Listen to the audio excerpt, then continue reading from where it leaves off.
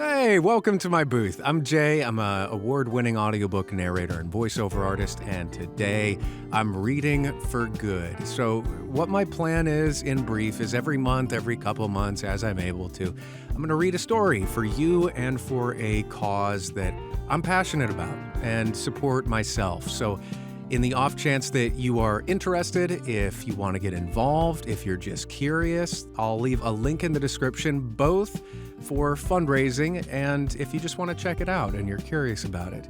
This week we're reading Winnie the Pooh, one of my favorites. And if you, like me, you think that, everybody should feel loved, supported, like they belong, like they're celebrated, and that they're cared for, especially young people, then you know it's cool. The Trevor Project helps make that a reality for young LGBTQ plus folks. And they're awesome. And the way they do that is through direct outreach. They do it through peer support. They do it through counseling services, crisis services. And they also do it through public education, advocacy, and research to help create broader positive change in our communities. So if you're curious about the Trevor Project, there's a link down below to check them out. I've also got a link for my own personal fundraising goal, a rather ambitious one at that, $1,000 that I'm hoping we can raise together for this. And I will match a fair amount of what we are able to raise together, so please don't be shy about chipping in there. And then lastly, if you are someone who needs support right now, the Trevor Project has 24/7 counselors available. Go to thetrevorproject.org and there's a link to set you up with a counselor. Also, I'm here. You can contact me via this YouTube page or my website down below. That's available to you as well if you want to go that route. Anyhow, thanks for being here. Let's get into these stories, and thanks for supporting the Trevor Project. Winnie the Pooh by A. Milne. Introduction. If you happen to have read another book about Christopher Robin, you may remember that he once had a swan, or the swan had Christopher Robin, I don't know which, and that he used to call this swan Pooh. That was a long time ago, and when he said goodbye, we took the name with us, as we didn't think the swan would want it anymore. Well, when Edward Bear said that he would like an exciting name all to himself, Christopher Robin said at once, without stopping to think, that he was Winnie the Pooh. And he was. So, as I have explained the Pooh part, I will now explain the rest of it. You can't be in London for long without going to the zoo. There are some people who begin the zoo at the beginning, called Way In, and walk as quickly as they can past every cage until they get to the one called Way Out. But the nicest people go straight to the animal they love the most and stay there. So, when Christopher Robin goes to the zoo, he goes to where the polar bears are, and he whispers something to the third keeper from the left, and the doors are unlocked, and we wander through dark passages and up steep stairs until at last we come to this special cage, and the cage is opened, and out trots something brown and furry, and with a happy cry of, "Oh, bear!" Christopher Robin rushes into its arms. Now, this bear's name is Winnie, which shows what a good name for bears it is. But the funny thing is that we can't remember whether Winnie is called after Pooh or Pooh after Winnie. We did know once, but we have forgotten. I had written as far as this when Piglet looked up and said in his squeaky voice, "What about me?" "My dear Piglet," I said, "the whole book is about you."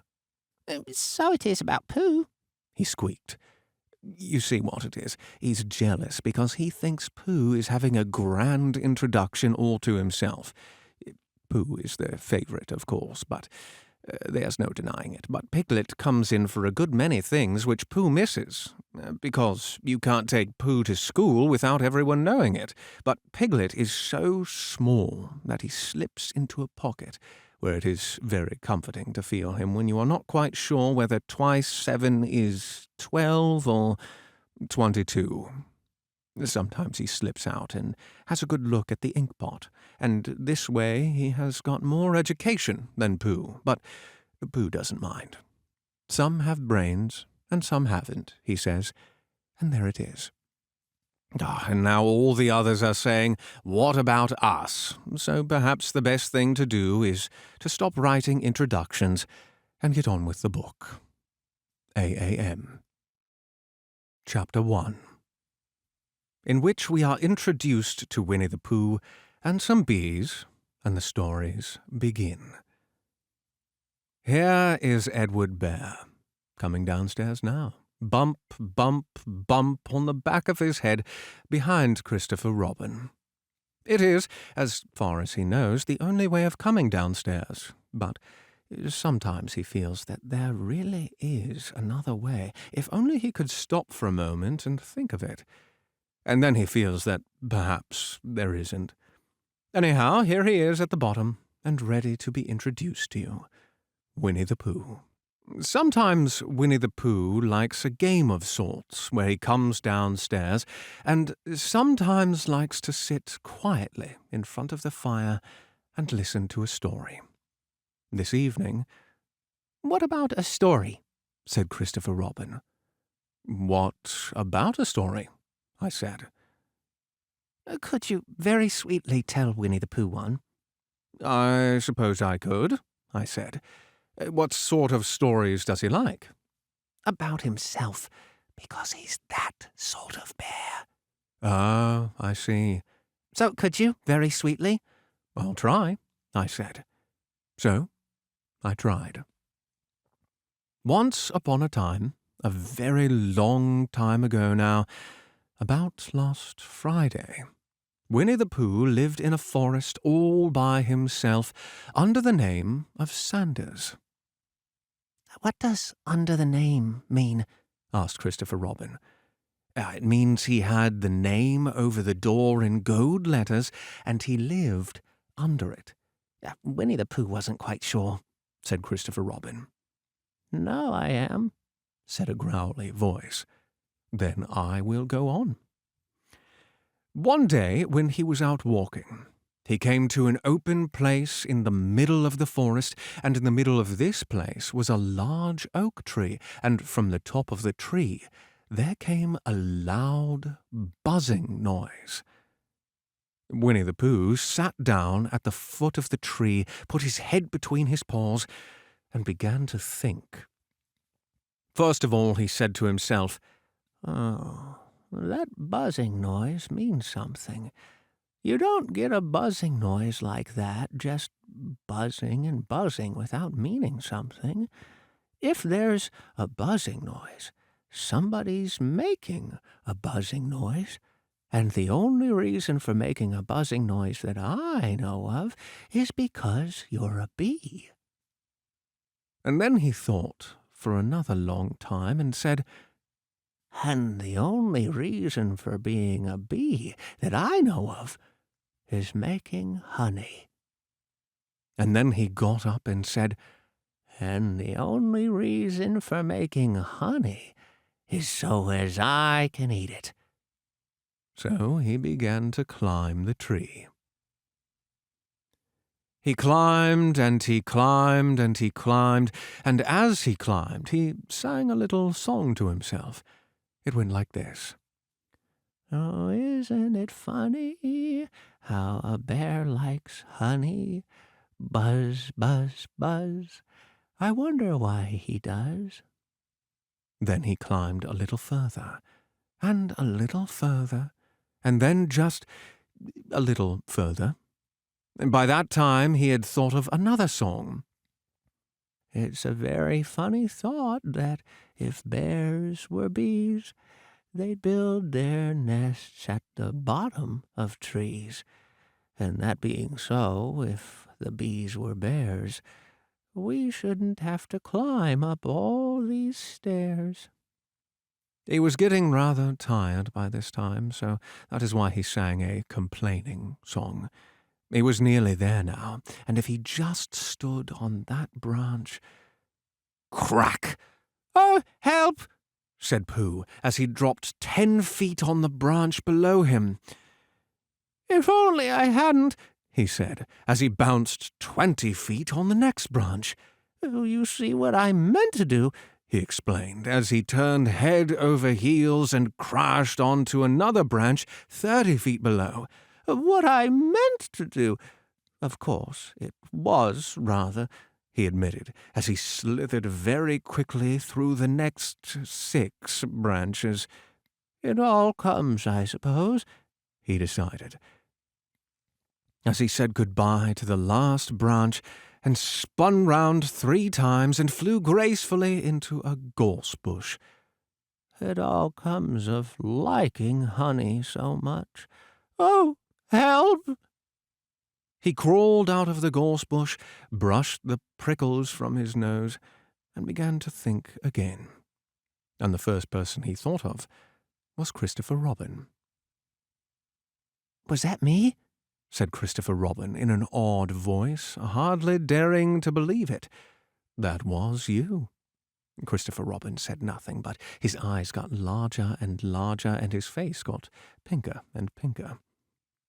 So Winnie the Pooh went round to his friend Christopher Robin, who lived behind a green door in another part of the forest. "Oh, good morning, Christopher Robin," he said. "Good morning, Winnie the Pooh," said you. "I wonder if you've got such a thing as a balloon about you." "A balloon?" "Yes.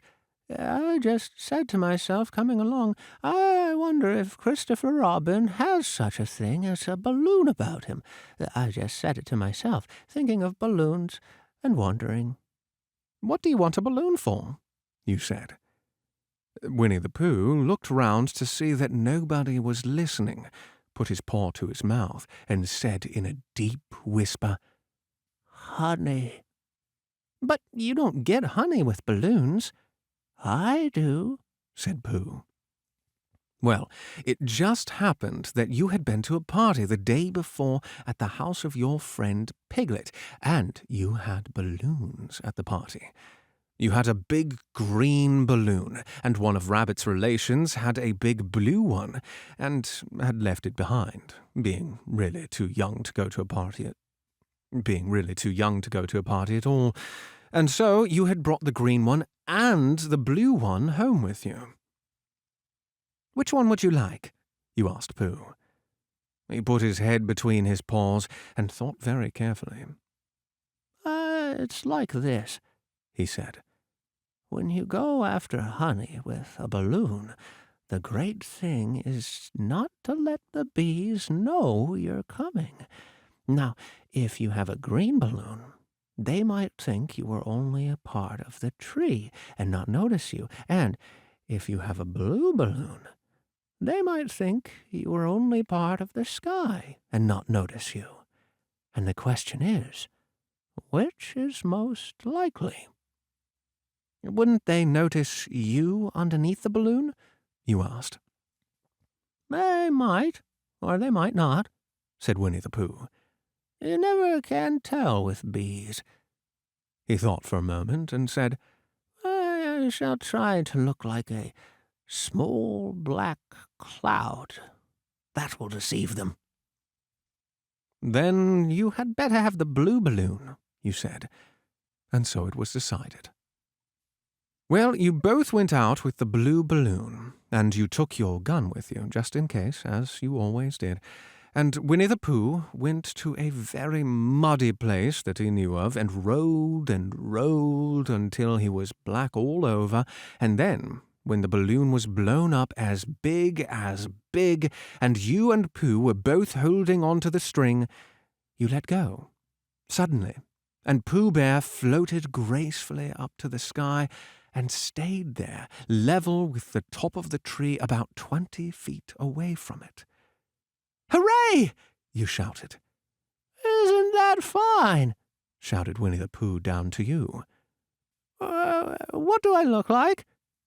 "You look like a bear holding onto a balloon," you said. "Oh, not," said Pooh anxiously. "Not like a small black cloud in a blue sky? Not very much." "Oh, well, perhaps from up here it looks different.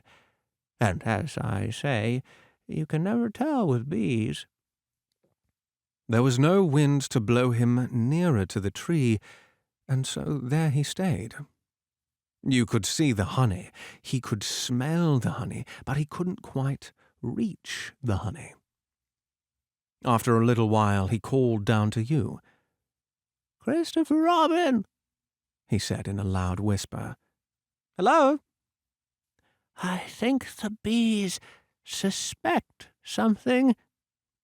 "What sort of thing?" "I don't know, but something tells me that they're suspicious." "Perhaps they think that you're after their honey." "Oh, it may be that. You can never tell with bees." There was another little silence, and then he called down to you again. "Christopher Robin." "Yes?" "Have you an umbrella in your house?" I think so." "I wish you would bring it out here and walk up and down with it and look up at me every now and then and say, 'Tut, tut, looks like rain.' I think if you did that, it would help the deception which we are practicing on these bees." Well, you laughed to yourself. Silly old bear. But you didn't say it aloud because you were so fond of him, and you went home for your umbrella. "Ah, there you are," called down Winnie the Pooh as soon as you got back to the tree. "I was beginning to get anxious. I have discovered that the bees are now definitely suspicious." "Shall I put up my umbrella?" you said. "Yes, but wait a moment. We must be practical. The important bee to deceive is the queen bee. Can you see which is the queen bee from down there?" "No." "Oh, a pity. Well, now, if you walk up and down with your umbrella saying, 'Tut, tut, looks like rain,' I shall do what I can by singing a little cloud song, such as a cloud might sing. Go." So, while you walked up and down and wondered if it would rain, Winnie the Pooh sang this song. "How sweet to be a cloud floating in the blue. Every little cloud always sings aloud. How sweet to be a cloud floating in the blue. It makes him very proud to be a little cloud." The bees were still buzzing as suspiciously as ever. Some of them, indeed, left their nests and flew all around the cloud as it began the second verse of this song, and one bee sat down on the nose of the cloud for a moment and then got up again. "Oh, Christopher! Oh, Robin!" called out the cloud. "Yes?" "I have just been thinking, and I have come to a very important decision. These are the wrong sort of bees." "Are they?" "Quite the wrong sort. So I think they would make the wrong sort of honey, shouldn't you?" "Would they?" "Yes, so I think I shall come down." "How?" asked you. Winnie the Pooh hadn't thought about this. If he let go of the string, he would fall, bump, and he didn't like the idea of that. So he thought for a long time, and then he said, "Christopher Robin, you must shoot the balloon with your gun. Have you got your gun?" "Of course I have," you said. "But if I do that, it will spoil the balloon," you said. "Oh, but if you don't," said Pooh, "I shall have to let go. and that would spoil me." When he put it like this, you saw how it was, and you aimed very carefully at the balloon and fired. "Oh," said Pooh. "did I miss?" you asked. "Oh, you didn't exactly miss," said Pooh. "but you missed the balloon." "I'm so sorry," you said, and you fired again, and this time you hit the balloon, and the air came slowly out, and Winnie the Pooh floated down to the ground. But his arms were so stiff from holding on to the string of the balloon all that time that they stayed up straight in the air for more than a week. And whenever a fly came and settled on his nose, he had to blow it off. And I think, but I'm not sure, that is why he was always called Pooh. "Is that the end of the story?" asked Christopher Robin. "That's the end of that one. There are others." "About Pooh and me?" "And Piglet and Rabbit and all of you. Don't you remember?" "I do remember, and then when I tried to remember, I forget." "That day when Pooh and Piglet tried to catch the heffalump?" "They didn't catch it, did they?" "No." "Pooh couldn't because he hasn't any brain. Did I catch it?" "Well, that comes into the story." Christopher Robin nodded. "I do remember," he said. "Only Pooh doesn't very well, so that's why he likes having it told to him again, because then it's a real story and not just a remembering." "That's just how I feel," I said. Christopher Robin gave a deep sigh, picked up his bear by the leg, and walked off to the door, trailing Pooh behind him. At the door he turned and said, "Coming to see me have my bath?" "I might," I said. "I didn't hurt him when I shot him, did I?" "Not a bit." He nodded and went out, and in that moment I heard Winnie the Pooh bump, bump, bump, going up the stairs behind him. Chapter 2, in which Pooh goes visiting and gets into a tight place. Edward Bear, known to his friends as Winnie the Pooh, or Pooh for short, was walking through the forest one day, humming proudly to himself. He had made up a little hum that very morning, as he was doing his stoutness exercises in front of the glass. Tra-la-la, tra-la-la, as he stretched up as high as he could go, and then tra-la-la, tra-la, oh, help, blah, as he tried to reach for his toes.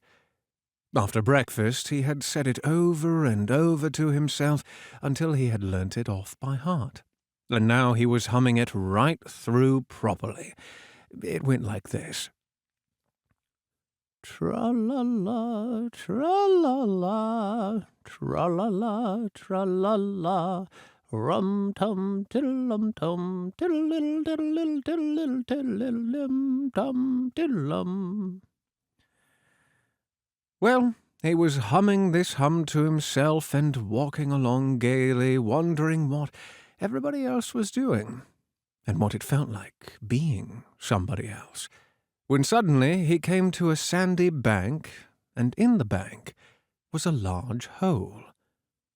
"Aha!" said Pooh. "Rum-tum, tiddle-um-tum. Oh, if I know anything about anything, that hole means rabbit," he said. "And rabbit means company," he said. "And company means food, and listening to me humming and such like a rum-tum-tum-tiddle-um." So he bent, put his head into the hole, and called out, "Is anybody at home?" There was a sudden scuffling noise from inside the hole, and then silence. "What I said was, 'Is anybody at home?'" called out Pooh very loudly. "No," said a voice, and then added, "You needn't shout so loud. I heard you quite well the first time." "Oh, bother," said Pooh. "Isn't there anybody here at all?" "Nobody." Winnie the Pooh took his head out of the hole and thought for a little. And he thought to himself, "Oh, there must be somebody there, because somebody must have said nobody." So he put his head back in the hole and said, "Hello, Rabbit.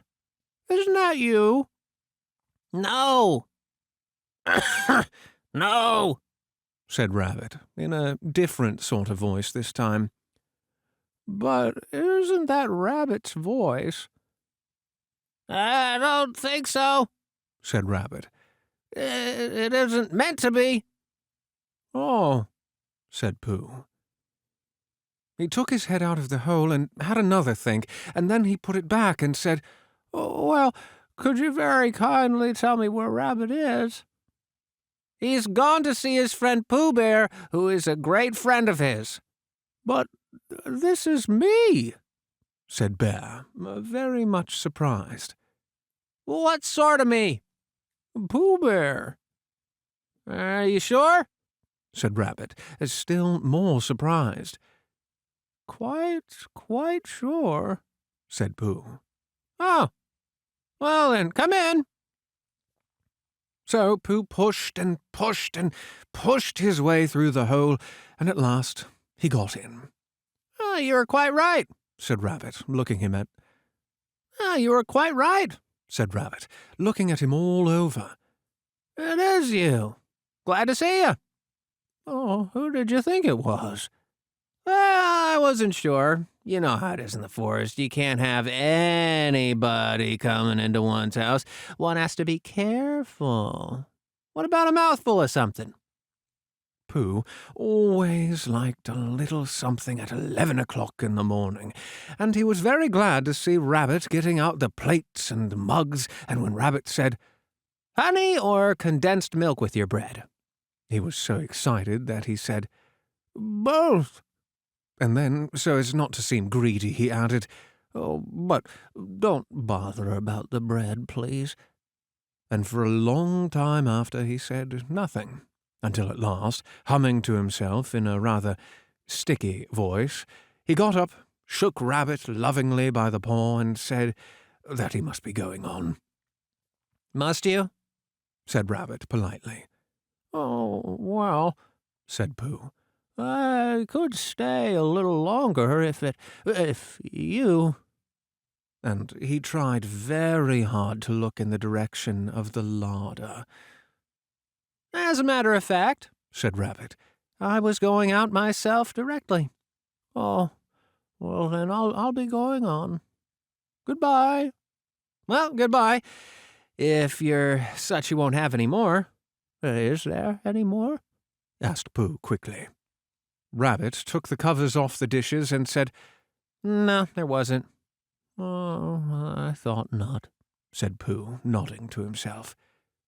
"Well, goodbye. I must be going on." So he started to climb out of the hole. He pulled with his front paws and pushed with his back paws, and in a little while his nose was out in the open again, and then his ears, and then his front paws, and then his shoulders, and then— "Oh, help!" said Pooh. "I'd better go back." "Oh, bother," said Pooh. "I shall have to go on." "Oh, I can't do either," said Pooh. "Oh, help and bother." Now, by this time, Rabbit wanted to go for a walk too, and finding the front door full, he went out by the back door, and came round to Pooh and looked at him. "Hello, are you stuck?" he asked. "No," said Pooh carelessly. "just resting and thinking and humming to myself." "Here, give us a paw."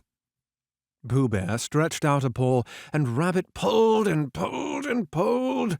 "Oh!" cried Pooh. "You're hurting." "The fact is," said Rabbit. "you're stuck." "Oh, it all comes," said Pooh crossly. of not having front doors big enough." "It all comes," said Rabbit sternly, "of eating too much." "I thought at the time," said Rabbit. "Only I didn't like to say anything," said Rabbit. "That one of us was eating too much," said Rabbit, "and I knew it wasn't me," he said. Well, I shall go and fetch Christopher Robin." Now, Christopher Robin lived at the other end of the forest, and when he came back with Rabbit and saw the front half of Pooh, he said, "Silly old bear," in such a loving voice that everybody felt quite hopeful again. "I was just beginning to think," said Bear, sniffing slightly, "that Rabbit might never be able to use his front door again, and I should hate that," he said. So should I," said Rabbit. "Use his front door again?" said Christopher Robin. "Of course he'll use his front door again." "Good," said Rabbit. "If we can't pull you out, Pooh, we might push you back." Rabbit scratched his whiskers thoughtfully and pointed out that when once Pooh was pushed back, he was back. And of course nobody was more glad to see Pooh than he was. Still, there it was. Some lived in trees and some lived underground, and— "Oh, you mean I'd never get out?" said Pooh. "I mean," said Rabbit, "that having got so far, it seems a pity to waste it." Christopher Robin nodded. "Then there's only one thing to be done. He said. "We shall have to wait for you to get thin again." "Oh, how long does getting thin take?" asked Pooh anxiously. "About a week, I should think." "Oh, but I can't stay here for a week." You can stay here, all right, silly old bear. You can stay here, all right, silly old bear. It's getting you out which is so difficult." "We'll read to you," said Rabbit cheerfully. "And I hope it won't snow," he added. "And I say, old fellow, you're taking up a good deal of room in my house. Do you mind if I use your back legs as a towel horse? Because, there they are, doing nothing, and it would be very convenient just to hang the towels on them." "A week?" said Pooh gloomily. "Oh, what about meals?" "I'm afraid no meals," said Christopher Robin. "Because of getting thin quicker. We will read to you." Bear began to sigh, and then found he couldn't because he was so tightly stuck, and a tear rolled down his eye as he said, "Oh, then would you read a sustaining book, such as would help and comfort a wedged bear in great tightness?" So, for a week, Christopher Robin read that sort of book at the north end of Pooh, and Rabbit hung his washing on the south end, and in between, Bear felt himself getting slenderer and slenderer. And at the end of the week, Christopher Robin said, "Now!" So he took hold of Pooh's front paws, and Rabbit took hold of Christopher Robin, and all Rabbit's friends and relations took hold of Rabbit, and they all pulled together. And for a long time Pooh only said, "Ow!" and "Oh!" And then, all of a sudden, he said, "Pop!" And then, all of a sudden, he said, "Pop!" just as if a cork were coming out of a bottle. And Christopher Robin and Rabbit and all Rabbit's friends and relations went head over heels backwards, and on the top of them came Winnie the Pooh, free. So, with a nod of thanks to his friends, he went on with his walk through the forest, humming proudly to himself. But Christopher Robin looked after him lovingly and said to himself, "Silly old bear." Chapter 3, in which Pooh and Piglet go hunting and nearly catch a woozle. The Piglet lived in a very grand house in the middle of a beech tree, and the beech tree was in the middle of the forest, and the Piglet lived in the middle of the house. Next to his house was a piece of broken board which had Trespassers W on it. When Christopher Robin asked Piglet what it meant, he said it was his grandfather's name, and it had been in the family for a long time. Christopher Robin said you couldn't be called Trespassers W, and Piglet said yes, you could because his grandfather was, and it was short for Trespassers Will, which was short for Trespassers William. And his grandfather had had two names in case he lost one, Trespassers after an uncle, and William after Trespassers. "I've got two names," said Christopher Robin carelessly. "Well, there you are. That proves it," said Piglet. One fine winter's day, when Piglet was brushing away the snow in front of his house, he happened to look up, and there was Winnie the Pooh.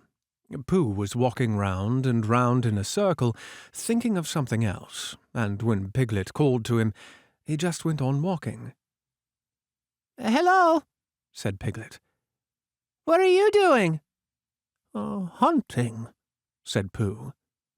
"Hunting what?" "Tracking something," said Winnie the Pooh very mysteriously. "Tracking what?"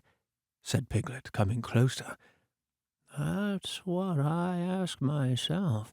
I ask myself, what?"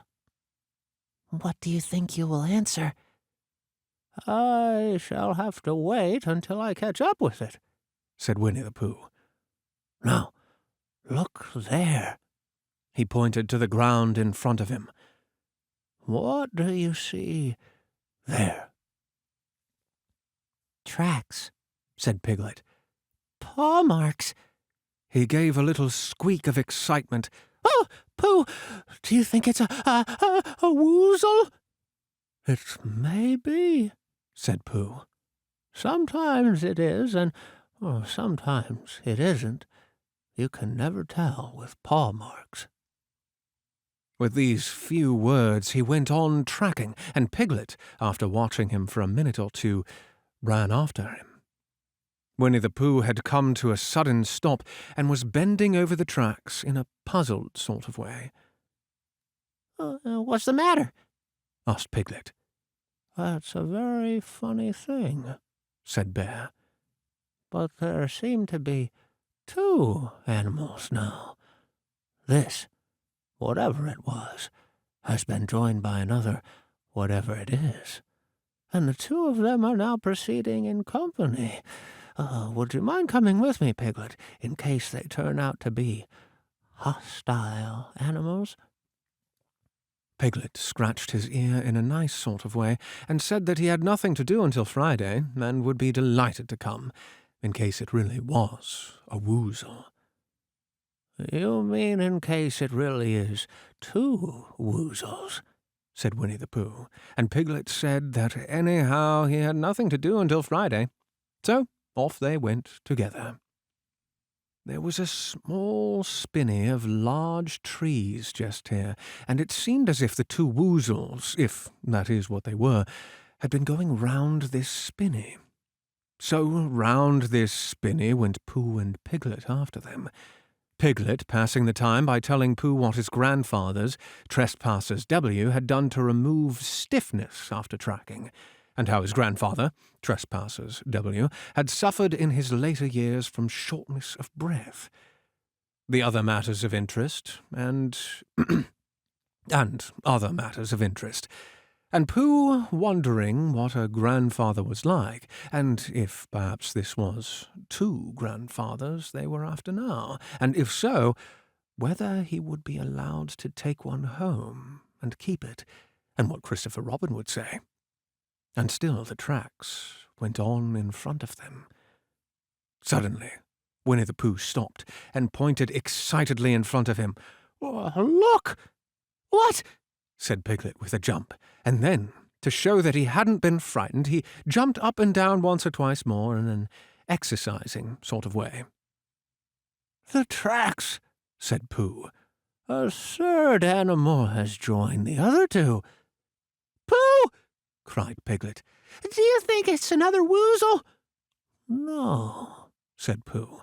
because it makes different marks.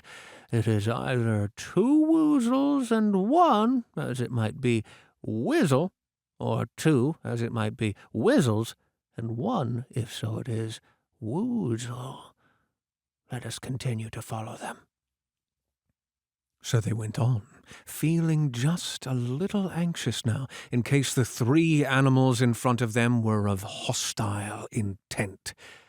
And Piglet wished very much that his grandfather T.W. were there instead of elsewhere.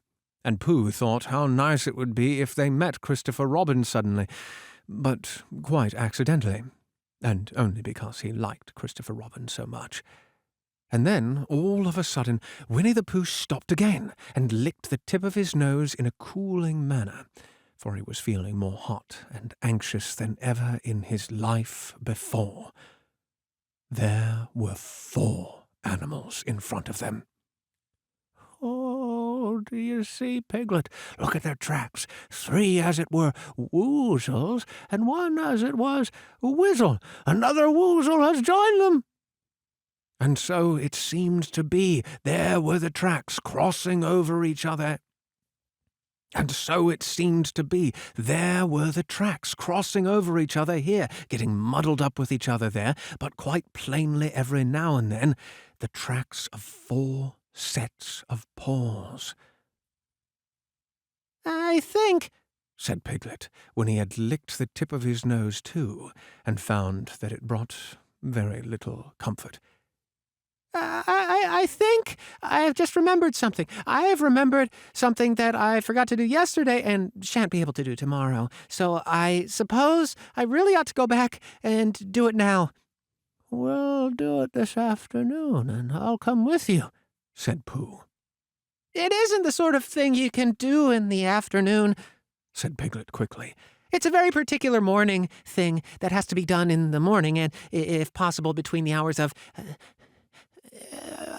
What would you say the time was?" "Oh, about 12, said Winnie the Pooh, looking at the sun. "Between, as I was saying, the hours of 12 and 12:05. So, really, dear old Pooh, if you'll excuse me. What's that?" Pooh, looking up at the sky, and then, as he heard the whistle again, he looked up into the branches of a big oak tree, and then he saw a friend of his. "Oh, it's Christopher Robin," he said. "Ah, then you'll be all right," said Piglet. "You'll be quite safe with him. Goodbye." And he trotted off home as quickly as he could, very glad to be out of all danger again. Christopher Robin came slowly down his tree. "Silly old bear," he said. "What were you doing? First you went round that spinney twice by yourself, and then Piglet ran after you and went round again together. And then you were just going round a 4th time." "Wait a moment," said Winnie the Pooh, holding up his paw. He sat down and thought, in the most thoughtful way he could think. Then he fitted his paw into one of the tracks, and then he scratched his nose twice and stood up. "Yes," said Winnie the Pooh. "I see now," said Winnie the Pooh. "I have been foolish and deluded," said he. "and I am a bear of no brain at all." "You're the best bear in all the world," said Christopher Robin soothingly. "Am I?" said Pooh hopefully, and then he brightened up suddenly. "Well, anyhow," he said, "it is nearly luncheon time." So he went home for it. Chapter 4, in which Eeyore loses a tail and Pooh finds one. The old grey donkey Eeyore stood by himself in a thistly corner of the forest, his front feet well apart, his head on one side, and thought about things. Sometimes he thought sadly to himself, "Why?" And sometimes he thought, "Wherefore?" And sometimes he thought, "Inasmuch as which?" and sometimes he didn't quite know what he was thinking about. So when Winnie the Pooh came stumping along, Eeyore was very glad to be able to stop thinking for a little in order to say, "Oh, how do you do?" in a gloomy manner to him. "And how are you?" said Winnie the Pooh. Eeyore shook his head from side to side. "Oh, not very how," he said. "I don't seem to have felt at all how for a long time." "Oh, dear, dear," said Pooh. "I'm sorry about that. Let's have a look at you." So Eeyore stood there, gazing sadly at the ground, and Winnie the Pooh walked all round him once. "Why, what's happened to your tail?" "What has happened to it?" said Eeyore. "It isn't there." "Are you sure?" "Well, either a tail is there or isn't there. You can't make a mistake about it, and yours isn't there." "Then what is?" "Nothing." "Oh, let's have a look," said Eeyore, and he turned slowly round to the place where his tail had been a little while ago, and then, finding that he couldn't catch it up, he turned the other way until he came back to where he was at first. And then he put his head down and looked between his front legs, and at last he said with a long, sad sigh, "I believe you're right." "Of course I am right," said Pooh. "That accounts for a good deal," said Eeyore gloomily. "It explains everything. No wonder." "You must have left it somewhere," said Winnie the Pooh. "Somebody must have taken it," said Eeyore. "How like them," he added, after a long silence. Pooh felt that he ought to say something helpful about it, but didn't quite know what, so he decided to do something helpful instead. "Eeyore," he said solemnly, "I, Winnie the Pooh, will find your tail for you." "Oh, thank you, Pooh," answered Eeyore.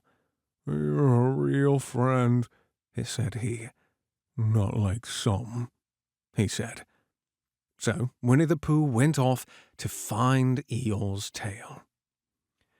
It was a fine spring morning in the forest as he started out. Little soft clouds played happily in a blue sky, skipping from time to time in front of the sun as if they had come to put it out, and then sliding away suddenly so that the next might have its turn. Through them and between them the sun shone bravely, and a copse which had worn its furs all year round seemed old and dowdy now beside the new green lace which the beeches had put on so prettily. Through copse and spinney marched Bear, down open slopes of gorse and heather, over rocky beds of streams, up steep banks of sandstone, into the heather again, and so at last, tired and hungry, to the 100-acre wood. For it was the 100-acre wood, for it was in the 100-acre wood that Owl lived. "And if anyone knows anything about anything," said Bear to himself, "it's Owl who knows something about something," he said. "Or my name's not Winnie the Pooh," he said. "Oh, which it is," he added. "So there you are." Owl lived at the Chestnuts, an old-world residence of great charm, which was grander than anybody else's, or seemed so to Bear, because it had both a knocker and a bell-pull. Underneath the knocker was a notice which said, "Please ring if an answer is required." Underneath the bell-pull there was a notice which read, "Please knock if an answer is not required. These notices had been written by Christopher Robin, who was the only one in the forest who could spell. For Owl, wise though he was in many ways, able to read and write and spell his own name, W-O-L, yet somehow went all to pieces over delicate words like measles and buttered toast. Winnie the Pooh read the 2 notices very carefully. First, from left to right, and afterwards, in case he had missed some of it, from right to left. Then, to make quite sure, he knocked and pulled the knocker, and he pulled and knocked the bell rope, and he called out in a very loud voice, "Owl, I require an answer. It's Bear speaking." And the door opened, and Owl looked out. Hello, Pooh," he said. "How's things?" "Oh, terrible and sad," said Pooh, "because Eeyore, who is a friend of mine, has lost his tail, and he's moping about it. So could you very kindly tell me how to find it for him?" "Well," said Owl, "the customary procedure is such Well," said Owl, "the customary procedure in such cases is as follows." "Oh, what does customony proceed cake mean?" said Pooh. "For I am a bear of very little brain, and long words bother me." "It means thing to do. It means the thing to do." "Oh, as long as it means that, I don't mind," said Pooh humbly. "The thing to do is as follows. First, issue a reward. Then—" "Just a moment," said Pooh, holding up his paw. "What do we do to this? What you were saying. You sneezed just as you were going to tell me." "I didn't sneeze." "Oh, yes, you did, Owl." "Excuse me, Pooh, I didn't. You can't sneeze without knowing it." "Well, you can't know it without something having been sneezed." "What I said was, first issue a reward." "Oh, you're doing it again," said Pooh sadly. "A reward," said Owl very loudly.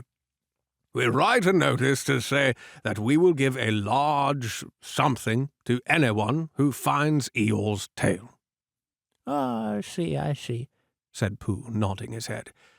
"Talking about large somethings," he went on dreamily, "I generally have a small something about now, about this time in the morning." And he looked wistfully at the cupboard in the corner of Owl's parlor. "Just a mouthful of condensed milk or what not, with perhaps a lick of honey." "Well, then," said Owl, "we write out this notice and we put it up all over the forest." "A lick of honey," murmured Bear to himself. Or not, as the case may be." And he gave a deep sigh and tried very hard to listen to what Owl was saying.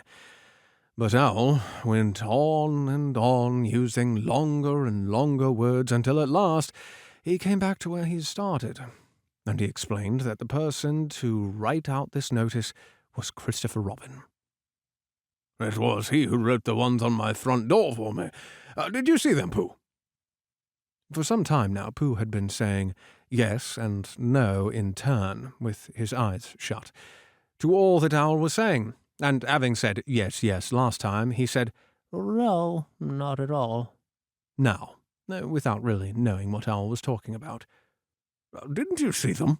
said Owl, a little surprised. "Come and look at them now."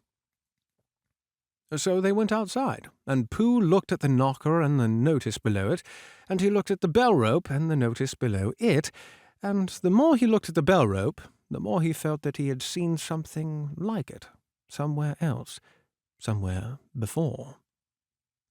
"Handsome bell rope, isn't it?" said Owl. Pooh nodded. "It reminds me of something," he said, "but I can't think what. Where did you get it?" It came from across in the forest. I just came across it in the forest. It was hanging over a bush, and I thought at first somebody lived there, so I rang it, and nothing happened, and then I rang it again very loudly, and it came off in my hand. And as nobody seemed to want it, I took it home and—" "Oh," said Pooh solemnly. "Oh, you made a mistake. Somebody did want it." "Who?" "Eeyore. My dear friend Eeyore. He was very fond of it." "Fond of it?" Attached to it," said Pooh sadly. So with these words he unhooked it and carried it back to Eeyore. And when Christopher Robin had nailed it on in its right place again, Eeyore frisked about the forest, waving his tail so happily that Winnie the Pooh came over all funny, and had to hurry home for a little snack of something to sustain him. And wiping his mouth half an hour afterwards, he sang to himself proudly. "Who found the tail? I," said Pooh, "at 1:45. Only it was 11:15, really. I found the tail." Chapter 5, in which Piglet meets a heffalump. One day, when Christopher Robin and Winnie the Pooh and Piglet were all talking together, Christopher Robin finished the mouthful he was eating and said carelessly, "I saw a heffalump today, Piglet." "What was it doing?"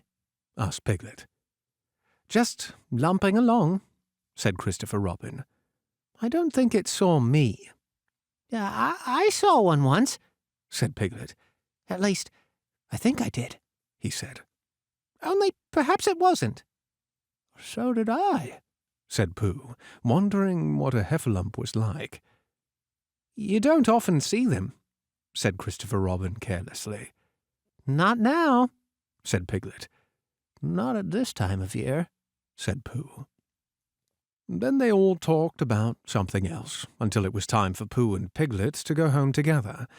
At first, as they stumped along the path which edged the 100-acre wood, they didn't say much to each other.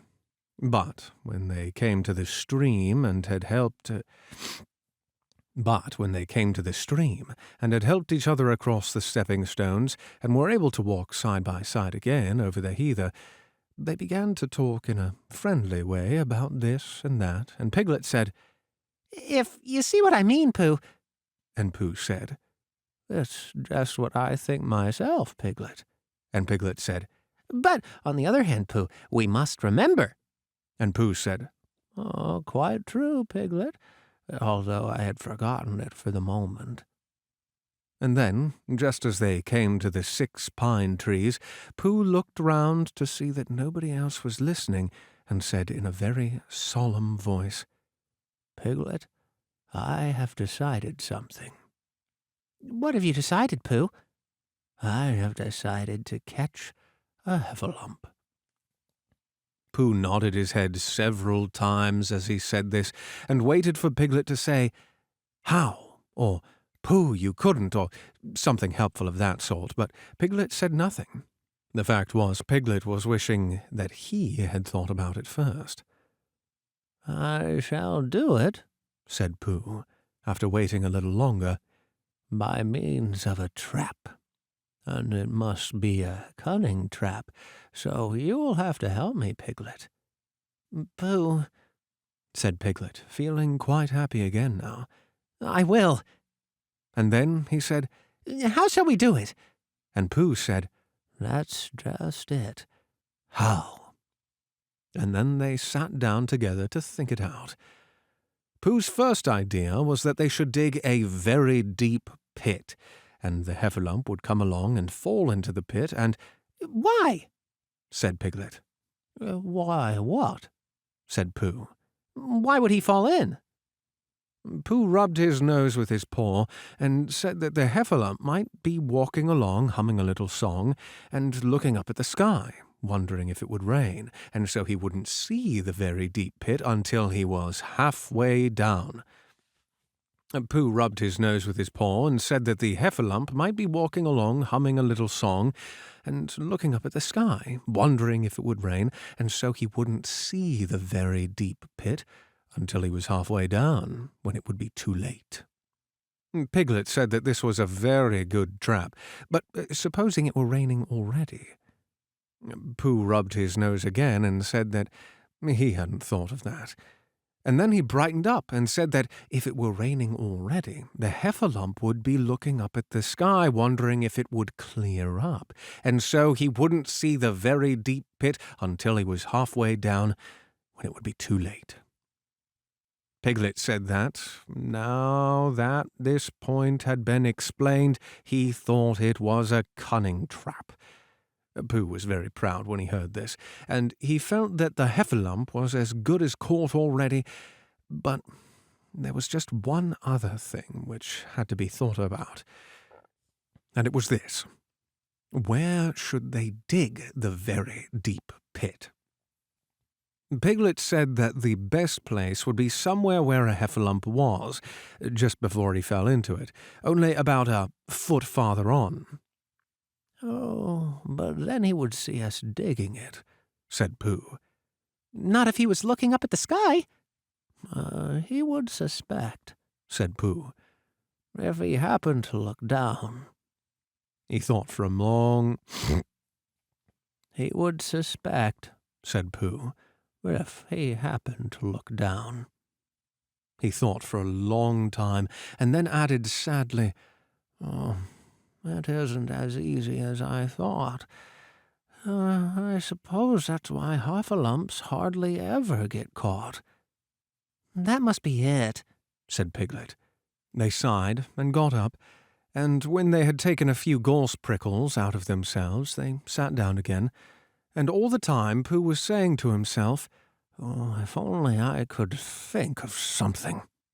For he felt sure that a very clever brain could catch a heffalump if only he knew the right way to go about it.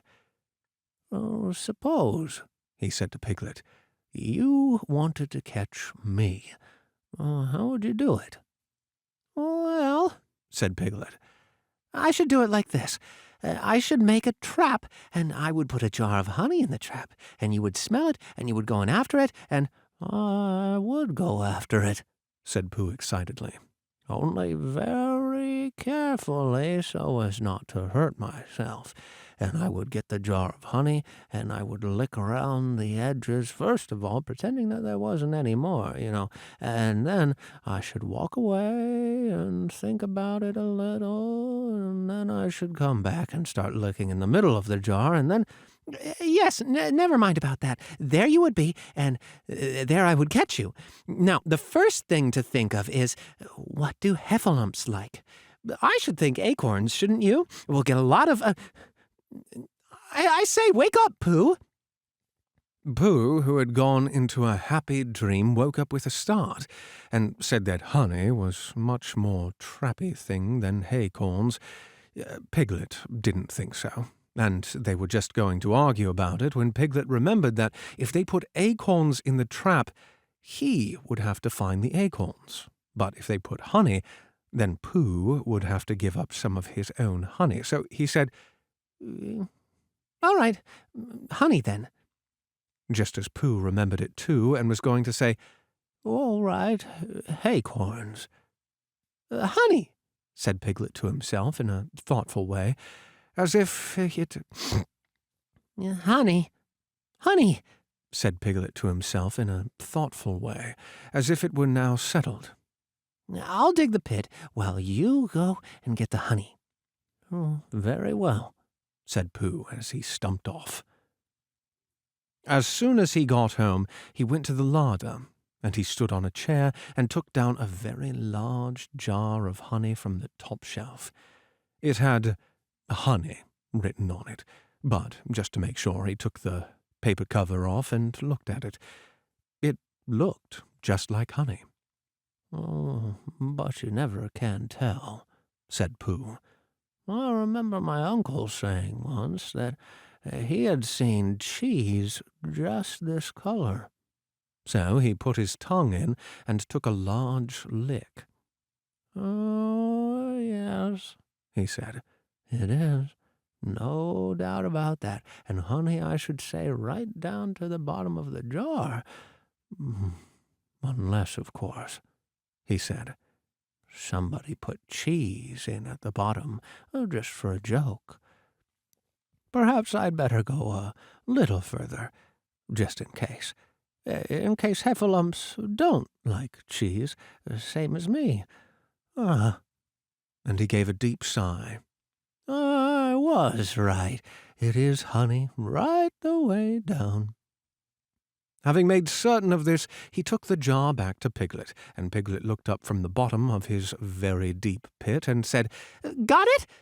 And Pooh said, Yes, but it isn't quite a full jar.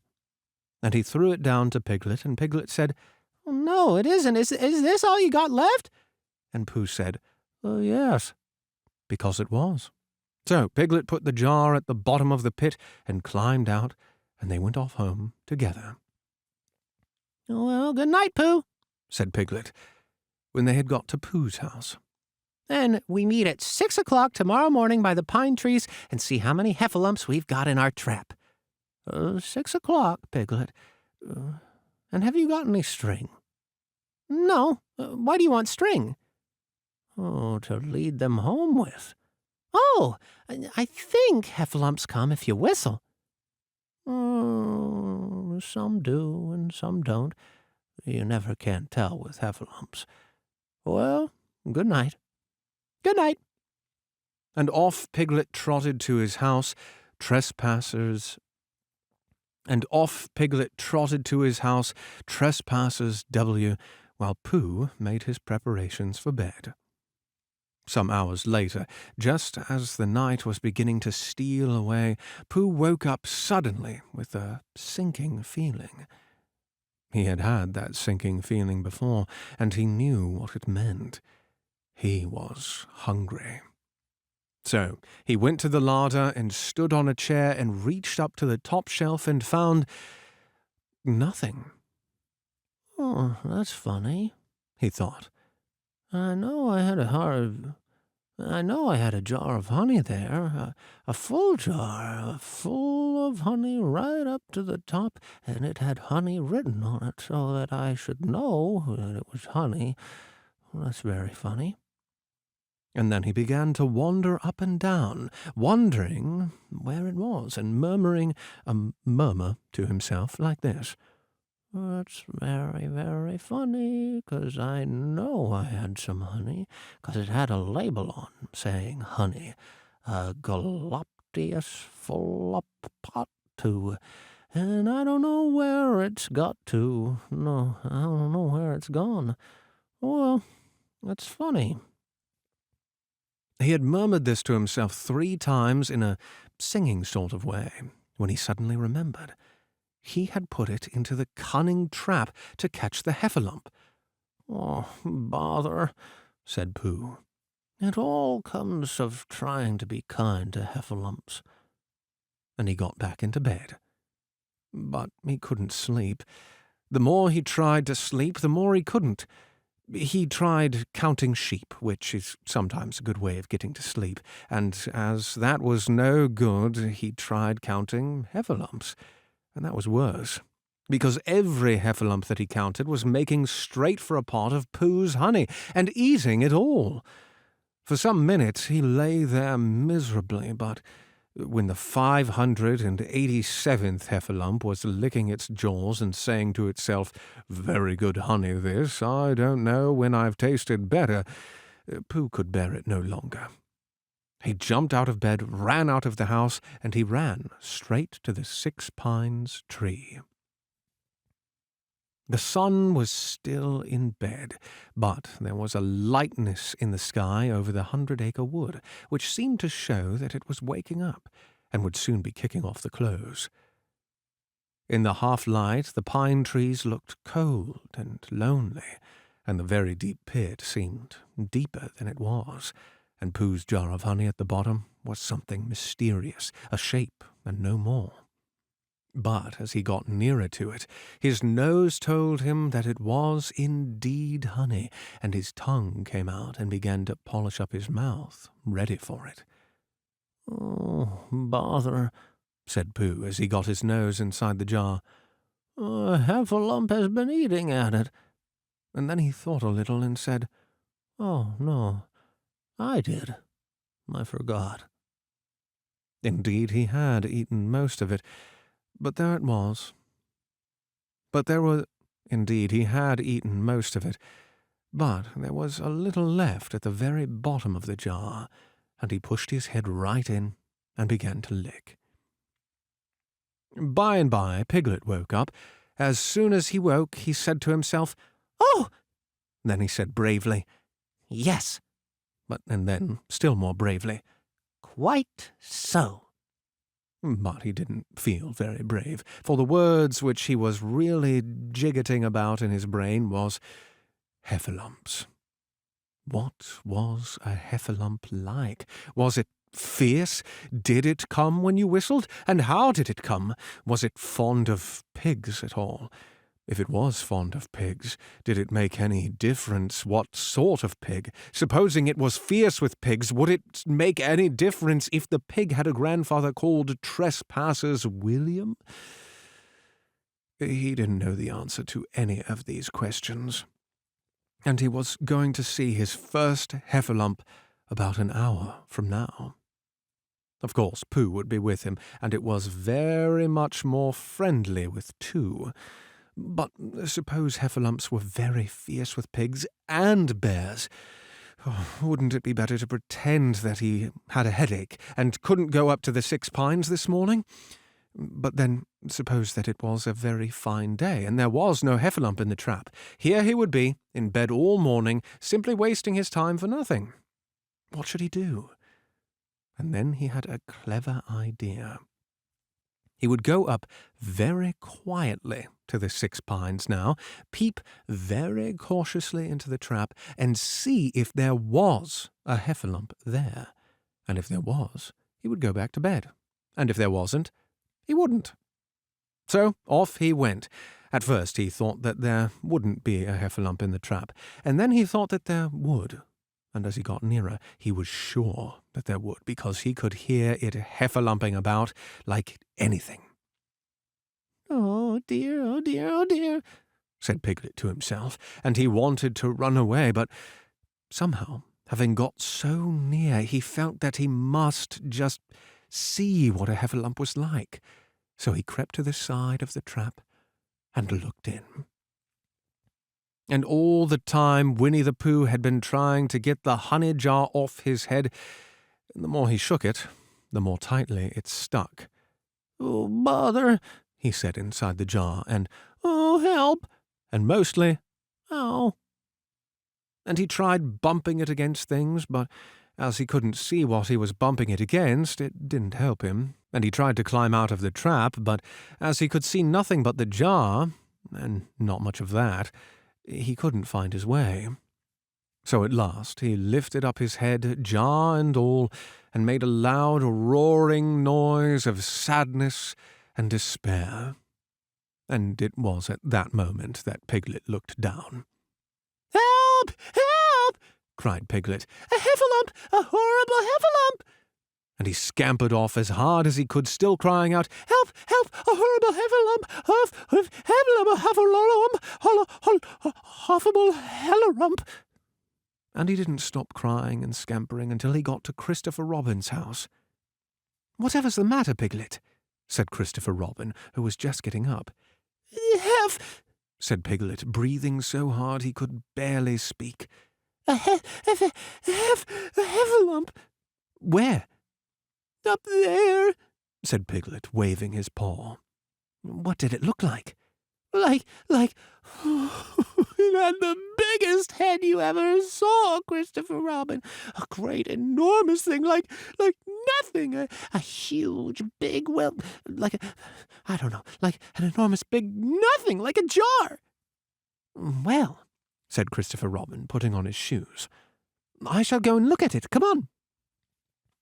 Piglet wasn't afraid if he had Christopher Robin with him, so off they went. "I can't hear anything. Can you?" said Piglet anxiously as they got near. "I can hear something," said Christopher Robin. It was Pooh, bumping his head against a tree root he had found. "There!" said Piglet. "Isn't it awful?" and he held on tight to Christopher Robin's hand. Suddenly, Christopher Robin began to laugh. Suddenly, Christopher Robin began to laugh, and he laughed, and he laughed, and he laughed. And while he was still laughing, crash went the Heffalum's head against a tree root, smash went the jar, and out came Pooh's head again. Then Piglet saw what a foolish piglet he had been, and he was so ashamed of himself that he ran straight off home and went to bed with a headache. But Christopher Robin and Pooh went home to breakfast together. "Oh, Bear," said Christopher Robin, "how I do love you." "Oh, so do I," said Pooh. Intermission. If you haven't yet had a chance to check out the Trevor Project, again, the link is in the description, and any contributions that you're willing to chip in there, much appreciated. And if you have any ideas for the next book I should read, or if there's an organization that you're passionate about and think I'd be into, or if you want to just drop a line about it down below, do so. Let's get back to the story now. Chapter 6, in which Eeyore has a birthday and gets 2 presents. Eeyore, the old grey donkey, stood by the side of the stream and looked at himself in the water. Pathetic, He said. That's what it is. Pathetic. He turned and walked slowly down the stream for 20 yards, splashed across it, and walked slowly back on the other side. Then he looked at himself in the water again. As I thought, He said. Oh, no better from this side. But nobody minds, nobody cares. Pathetic, that's what it is. There was a crackling noise in the bracken behind him, and out came Pooh. "Oh, good morning, Eeyore," said Pooh. Good morning, Pooh Bear, said Eeyore gloomily. If it is good morning, if it is a good morning, he said. Which I doubt, said he. "Why, what's the matter?" Nothing, Pooh Bear, nothing. We can't all, and some of us don't. That's all there is to it. "Can't all what?" said Pooh, rubbing his nose. Gaiety, song and dance. Here we go round the mulberry bush. "Oh," said Pooh.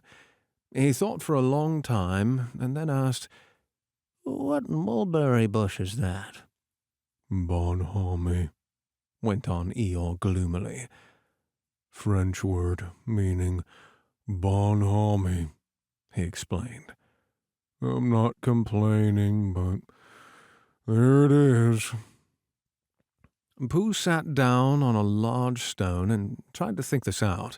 It sounded to him like a riddle, and he was never much good at riddles, being a bear of very little brain.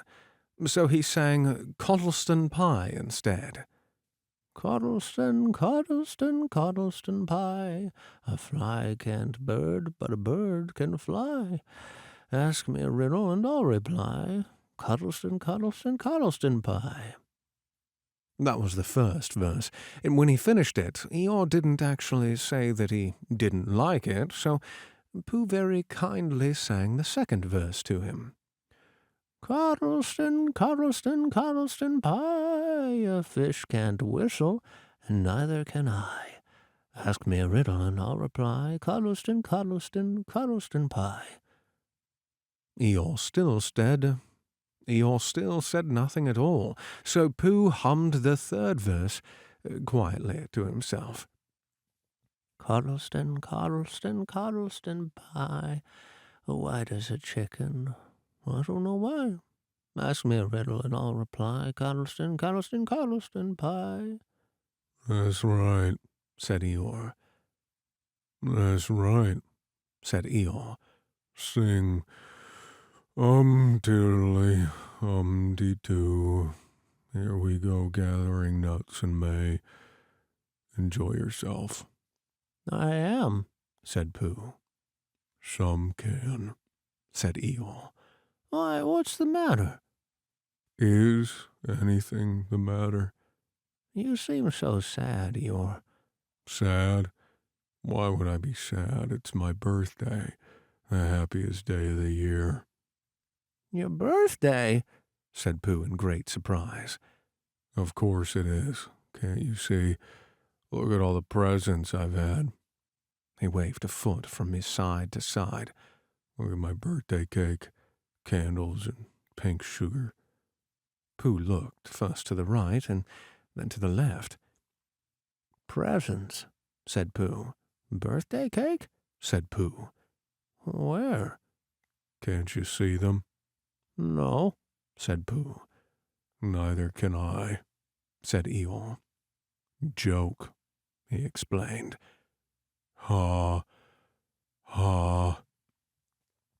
Pooh scratched his head, being a little puzzled by all this. But is it really your birthday? he asked. It is.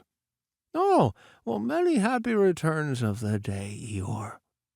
And many happy returns to you, Pooh Bear. But it isn't my birthday. No, it's mine. But you said many happy returns. Well, why not? You don't always want to be miserable on my birthday, do you?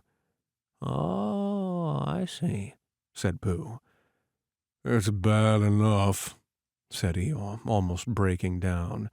Being miserable myself, with no presents and no cake and no candles and no proper notice taken of me at all. But if anybody else is gonna be miserable too... This was too much for Pooh. Stay there, he called to Eeyore. Stay there, stay there, he called to Eeyore, as he turned and hurried home as quick as he could, for he felt that he must get poor Eeyore a present of some sort at once, and he could always think of a proper one afterwards. Outside his house he found Piglet jumping up and down trying to reach the knocker. Oh, hello, Piglet, he said. Hello, Pooh, said Piglet. Oh, what are you trying to do? I was trying to reach the knocker, said Piglet. I just came round. Well, let me do it for you, said Pooh kindly. So he reached up and knocked at the door. I've just seen Eeyore, he began. And poor Eeyore is in a very sad condition because it's his birthday and no one has taken notice of it, and he's very gloomy. You know what Eeyore is, and there he was, and what a long time whoever lives here is answering this door. And he knocked again. But, Pooh, said Piglet, it's your own house. Oh, said Pooh. So it is, he said.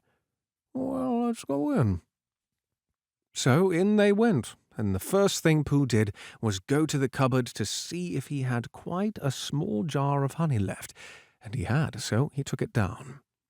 I'm giving this to Eeyore, he explained, as a present. What are you going to give? Couldn't I give it too? said Piglet. From both of us. No, said Pooh.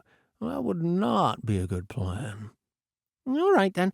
I'll give him a balloon. I've got one left from my party. I'll go and get it now, shall I? Oh, that, Piglet, is a very good idea. It's just what Eeyore wants to cheer him up. Nobody can be uncheered with a balloon. So off Piglet trotted, and in the other direction went Pooh with his jar of honey. It was a warm day, and he had a long way to go. He hadn't gone more than halfway when a sort of funny feeling began to creep all over him. It began at the tip of his nose and trickled all through him and out at the soles of his feet. It was just as if somebody inside him was saying, "Now then, Pooh, time for a little something." Oh, dear, dear, said Pooh. I didn't know it was as late as that. So he sat down and took the top off his jar of honey. Lucky I brought this with me, he thought. Many a bear go out on a warm day like this, would never have thought of bringing a little something with him. And he began to eat. No, let me see, he thought, as he took his last No, let me see, he thought, as he took his last lick of the inside of the jar. Where was I going? Ah, yes, Eeyore. He got up slowly, and then suddenly he remembered he had eaten Eeyore's birthday present. Oh, bother, said Pooh. What shall I do? I must give him something. For a little while he couldn't think of anything. Then he thought, well, it's a very nice pot, even if there's no honey in it. And if I washed it clean and got somebody to write a happy birthday on it, Eeyore could keep things in it, which might be useful. So, as he was just passing the 100-acre wood, he went inside to call on Owl, who lived there. Good morning, Owl, he said. Good morning, Pooh, said Owl. Many happy returns of Eeyore's birthday, said Pooh. Is that what it is? What are you giving him, Owl? What are you giving him, Pooh? I'm giving him a useful pot to keep things in, and I wanted to ask you. Is that it? Said Owl, taking it out of Pooh's paw.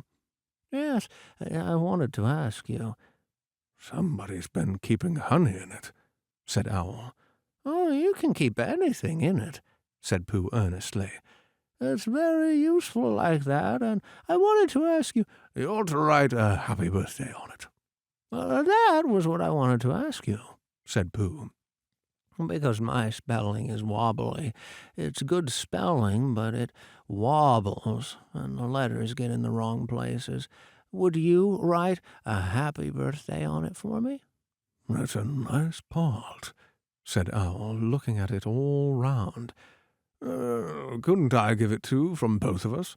No, said Pooh. That would not be a good plan. Now I'll just wash it first, and then you can write on it. Well, he washed the pot out and dried it, while Owl licked the end of his pencil and wondered how to spell birthday. Can you read, Pooh? He asked a little anxiously. There's a notice about knocking and ringing outside my door, which Christopher Robin wrote. Could you read it? Oh, Christopher Robin told me what it said, and then I could. Well, I'll tell you what this says, and then you'll be able to. So Owl wrote, and this is what he wrote. Hippy-pappy bethuthadithuth thuthuth da bethuthadee. Pooh looked on admiringly. I'm just saying a happy birthday, said Owl carelessly. That's a nice long one, said Pooh, very much impressed by it. Well, actually, of course, it's saying a very happy birthday with love from Pooh. Naturally, it takes a good deal of pencil to say a long thing like that. Oh, I see, said Pooh.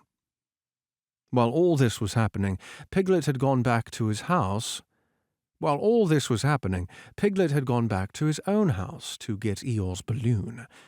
He held it very tightly against himself so that it shouldn't be blown away, and he ran as fast as he could to get to Eeyore before Pooh did, for he thought that he would like to be the first one to give a present, just as if he had thought of it without being told by anybody. And running along and thinking how pleased Eeyore would be, he didn't look where he was going.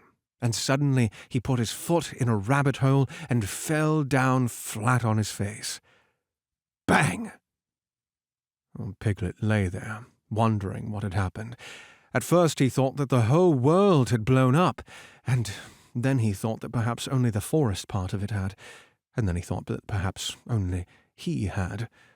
And he was now alone, in the moon or somewhere, and he would never see Christopher Robin or Pooh or Eeyore again, and then he thought, well, if I'm in the moon, I needn't be face downwards all the time.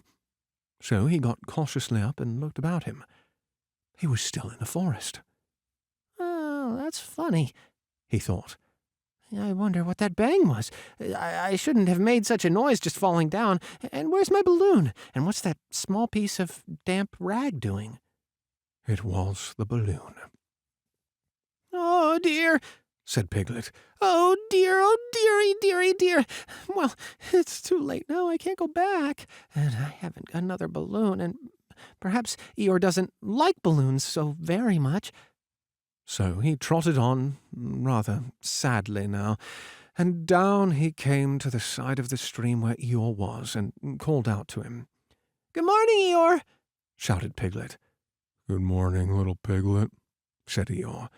If it is a good morning, he said. which I doubt, said he. Not that it matters, he said. "Many happy returns of the day," said Piglet, having now got closer. Eeyore stopped looking at himself in the stream and turned to stare at Piglet. Just say that again, he said. "Many Wait a moment. Balancing on 3 legs, he began to bring his 4th leg very cautiously up to his ear. I did this yesterday, he explained, as he fell down for the 3rd time. It was quite easy. It's so I can hear better. There, that's done it. Now then, what were you saying? He pushed his ear forward with his hoof. "Many happy returns of the day," said Piglet again. Meaning me? "Of course, Eeyore." My birthday? "Yes." Me having a real birthday? "Yes, Eeyore, and I've brought you a present." Eeyore took down his right hoof from his right ear, turned round, and with great difficulty put up his left hoof. I must have had that in the other ear, he said. Now then. "A present," said Piglet very loudly. Meaning me again? "Yes." My birthday still? "Of course, Eeyore." Me going on having a real birthday? "Yes, Eeyore, and I brought you a balloon." Balloon, said Eeyore. You did say balloon. One of those big colored things you blow up? Gaiety, song and dance, here we are and there we are. "Yes, but I'm afraid, I'm very sorry, Eeyore, but when I was running along to bring it to you, I fell down." Oh, dear, dear, how unlucky. You ran too fast, I expect. You didn't hurt yourself, little piglet. "No, but Eeyore, I burst the balloon." There was a very long silence. My balloon, said Eeyore at last. Piglet nodded. My birthday balloon? "Yes, Eeyore," said Piglet, sniffing. "Yes, Eeyore." said Piglet, sniffing a little. "Here it is, with many happy returns of the day." And he gave Eeyore the small piece of damp rag. Is this it? said Eeyore, a little surprised. Piglet nodded. My present? Piglet nodded again. The balloon? "Yes." Thank you, Piglet, said Eeyore. You don't mind my asking, he went on, but what color was this balloon when it was a balloon? "Red." I just wondered. Red, he murmured to himself. My favorite color. How big was it? About as big as me." I just wondered. About as big as Piglet, he said to himself sadly. My favorite size. Well. Piglet felt very miserable and didn't know what to say. He was still opening his mouth to begin something, and then decided that it wasn't any good saying that, when he heard a shout from the other side of the river, and there was Pooh. "Many happy returns of the day," called out Pooh, forgetting that he had said it already. Thank you, Pooh. I'm having them, said Eeyore gloomily. "I've brought you a little present," said Pooh excitedly. I've had it, said Eeyore. Pooh had now splashed across the stream to Eeyore, and Piglet was sitting a little way off, his head in its paws, snuffling to himself. "It's a useful pot," said Pooh. "Here it is, and it's got a very happy birthday with love from Pooh written on it. That's what all that writing is, and it's for putting things in. There." When Eeyore saw the pot, he became quite excited. "Why," he said, "I believe my balloon will just go into that pot." "Oh, no, Eeyore," said Pooh. "Balloons are much too big to go into pots. What you do with a balloon is you hold the balloon." "Not mine," said Eeyore proudly. "Look, Piglet." And as Piglet looked sorrowfully round, Eeyore picked the balloon up with his teeth and placed it carefully in the pot, picking it out and putting it on the ground, and then picked it up again and put it carefully back. "Oh, so it does," said Pooh. "It goes in." "So it does," said Piglet. "and it comes out." "Doesn't it?" said Eeyore. "It goes in and out like anything." "I'm very glad," said Pooh happily. "and I thought to give you a useful pot to put things in." "And I'm very glad," said Piglet happily, "that I thought of giving you something to put in a useful pot." But Eeyore wasn't listening. He was taking the balloon out and putting it back again, as happy as he could be. "And I didn't give him anything?" asked Christopher Robin sadly. "Of course you did," I said. "You gave him, don't you remember, a little... I gave him a box of paint to paint things with." "That was it." "Why didn't I give it to him in the morning?" "You were so busy getting his party ready for him. He had cake with icing on top and 3 candles and his name in pink sugar and—" "Yes, I remember," said Christopher Robin. Chapter 7, in which Kanga and Baby Roo come to the forest and Piglet has a bath. Nobody seemed to know where they came from, but there they were in the forest, Kanga and Baby Roo. When Pooh asked Christopher Robin, "How did they come here?" Christopher Robin said, "In the usual way, if you know what I mean, Pooh." And Pooh, who didn't, said, "Oh." Then he nodded his head twice and said, "In the usual way, huh?" Then he went to call upon his friend Piglet to see what he thought about it. And at Piglet's house he found Rabbit, so they all talked about it together. "What I don't like about it is this," said Rabbit. "Here we are, you, Pooh, and you, Piglet, and me, and suddenly—" "And Eeyore." "And Eeyore, and then suddenly—" "And Owl." "And Owl, and then all of a sudden—" "Oh, and Eeyore," said Pooh. "I was forgetting him." "Here we are," said Rabbit, very slowly and carefully, "all of us. And then, suddenly, we wake up this morning and what do we find? We find a strange animal among us, an animal of whom we have never even seen before, an animal who carries her family about in her pocket. Suppose I carried my family about with me in my pocket. How many pockets should I want?" 16, said Piglet. 17, isn't it? Said Rabbit. And one more for a handkerchief. That's 18. 18 pockets in one suit. I haven't the time. There was a long and thoughtful silence, and then Pooh, who had been frowning very hard for some minutes, said, "I make 15. "What?" said Rabbit. 15. 15 what? Your family. What about them? Pooh rubbed his nose and said that he thought Rabbit had been talking about his family. Did I? Said Rabbit carelessly. Yes, you did. You said, "Never mind, Pooh," said Piglet impatiently.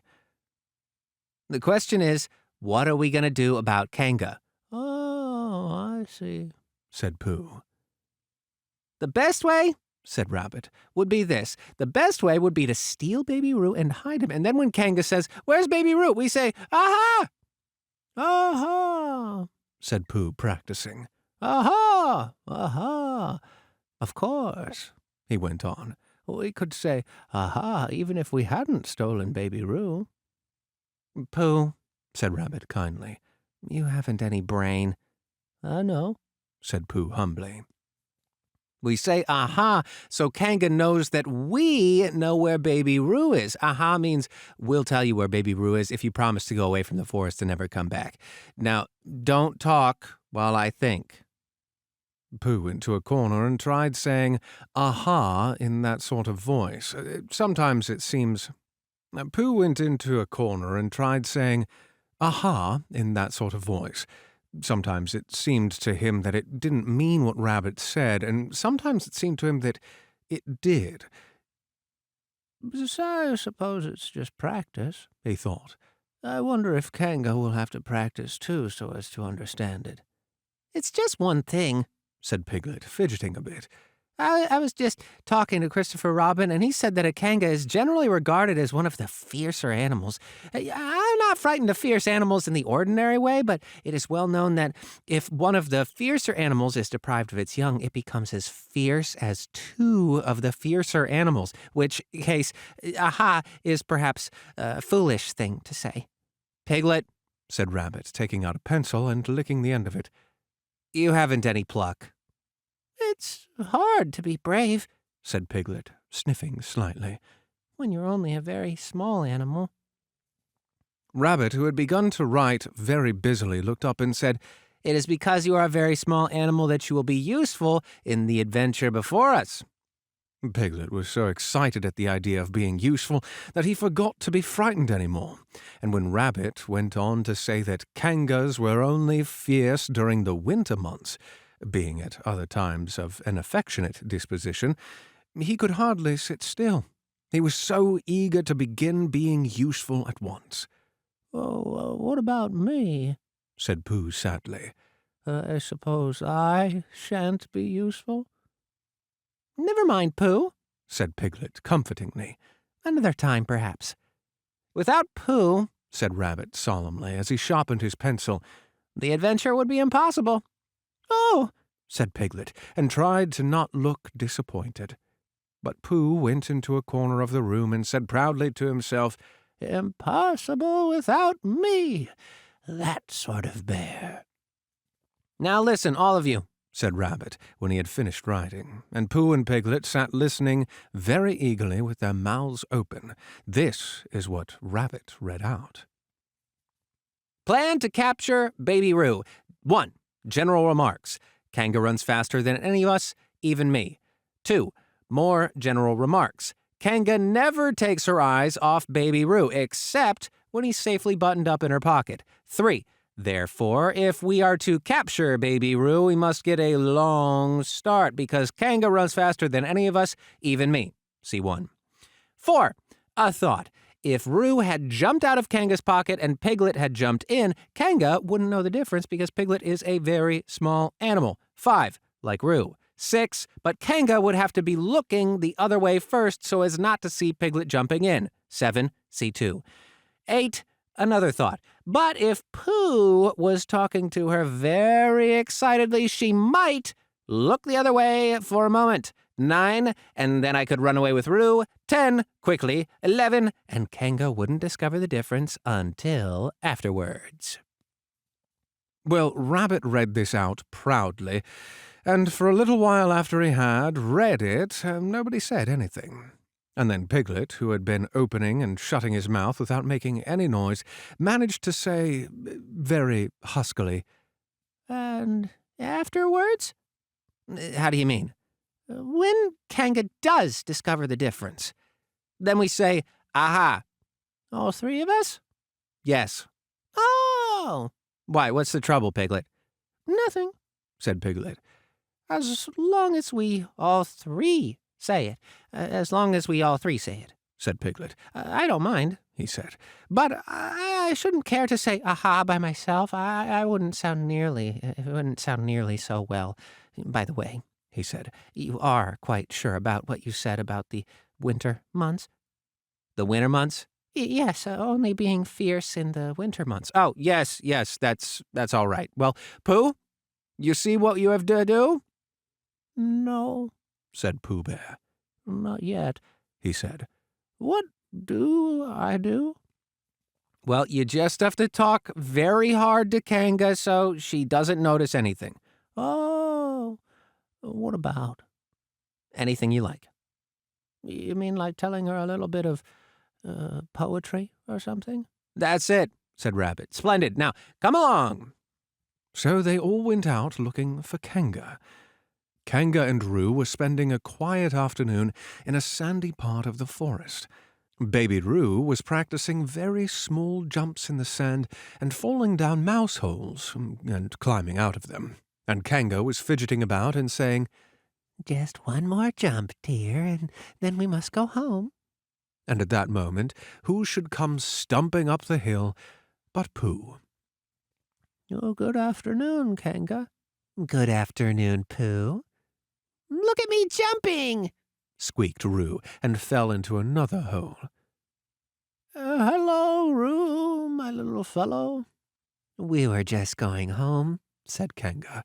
Good afternoon, Rabbit. Good afternoon, Piglet. Rabbit and Piglet, who had now come up from the other side of the hill, said, Good afternoon, and Hello, Roo. And Roo asked them to look at him jumping, so they stayed and looked. And Kanga looked too.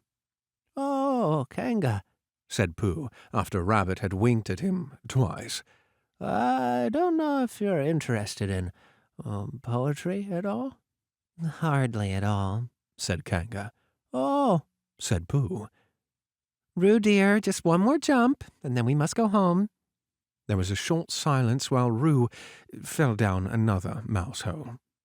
Go on, said Rabbit in a loud whisper behind his paw. Talking of poetry, said Pooh.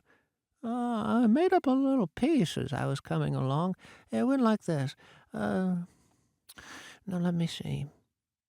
Fancy, said Kanga. Now, Roo dear, you'll like this piece of poetry, said Rabbit. You'll love it, said Piglet. You must listen very carefully, so as not to miss any of it, said Piglet. Oh, yes, said Oh, yes, said Kanga, but she still looked at Baby Roo. How did it go, Pooh? said Rabbit. Pooh gave a little cough and began. Lines written by a bear of very little brain. On Monday, when the sun is hot, I wonder to myself a lot. Now it is true, or is it not, that what is which, and which is what? On Tuesday, when it hails and snows, the feeling on me grows and grows that hardly anybody knows if those are these, or these are those. On Wednesday, when the sky is blue and I have nothing else to do, I sometimes wonder if it's true that who is what, and what is who. On Thursday, when it starts to freeze and hoarfrost twinkles on the trees, how very readily one sees that these are whose, but whose are these? On Friday, yes, isn't it? said Kanga, not wanting to hear what happened on Friday. Just one more jump, Roo dear, and then we really must be going. Rabbit gave Pooh a hurry-up sort of nudge. Oh, talking of poetry, said Pooh quickly. Have you ever noticed that tree right over there? Where? said Kanga. Now, Roo, right over there, said Pooh, pointing behind Kanga's back. No, said Kanga. Now jump in, Roo dear, and we'll go home. You ought to look at that tree right over there, said Rabbit. Shall I lift you in, Roo? As he picked up Roo in his paws. I can see a bird in it from here, said Pooh. Or is it a fish? You ought to see that bird from here, said Rabbit, unless it's a fish. It isn't a fish, it's a bird, said Piglet. So it is, said Rabbit. Is it a starling or a blackbird? said Pooh. That's the whole question, said Rabbit. Is it a blackbird or a starling?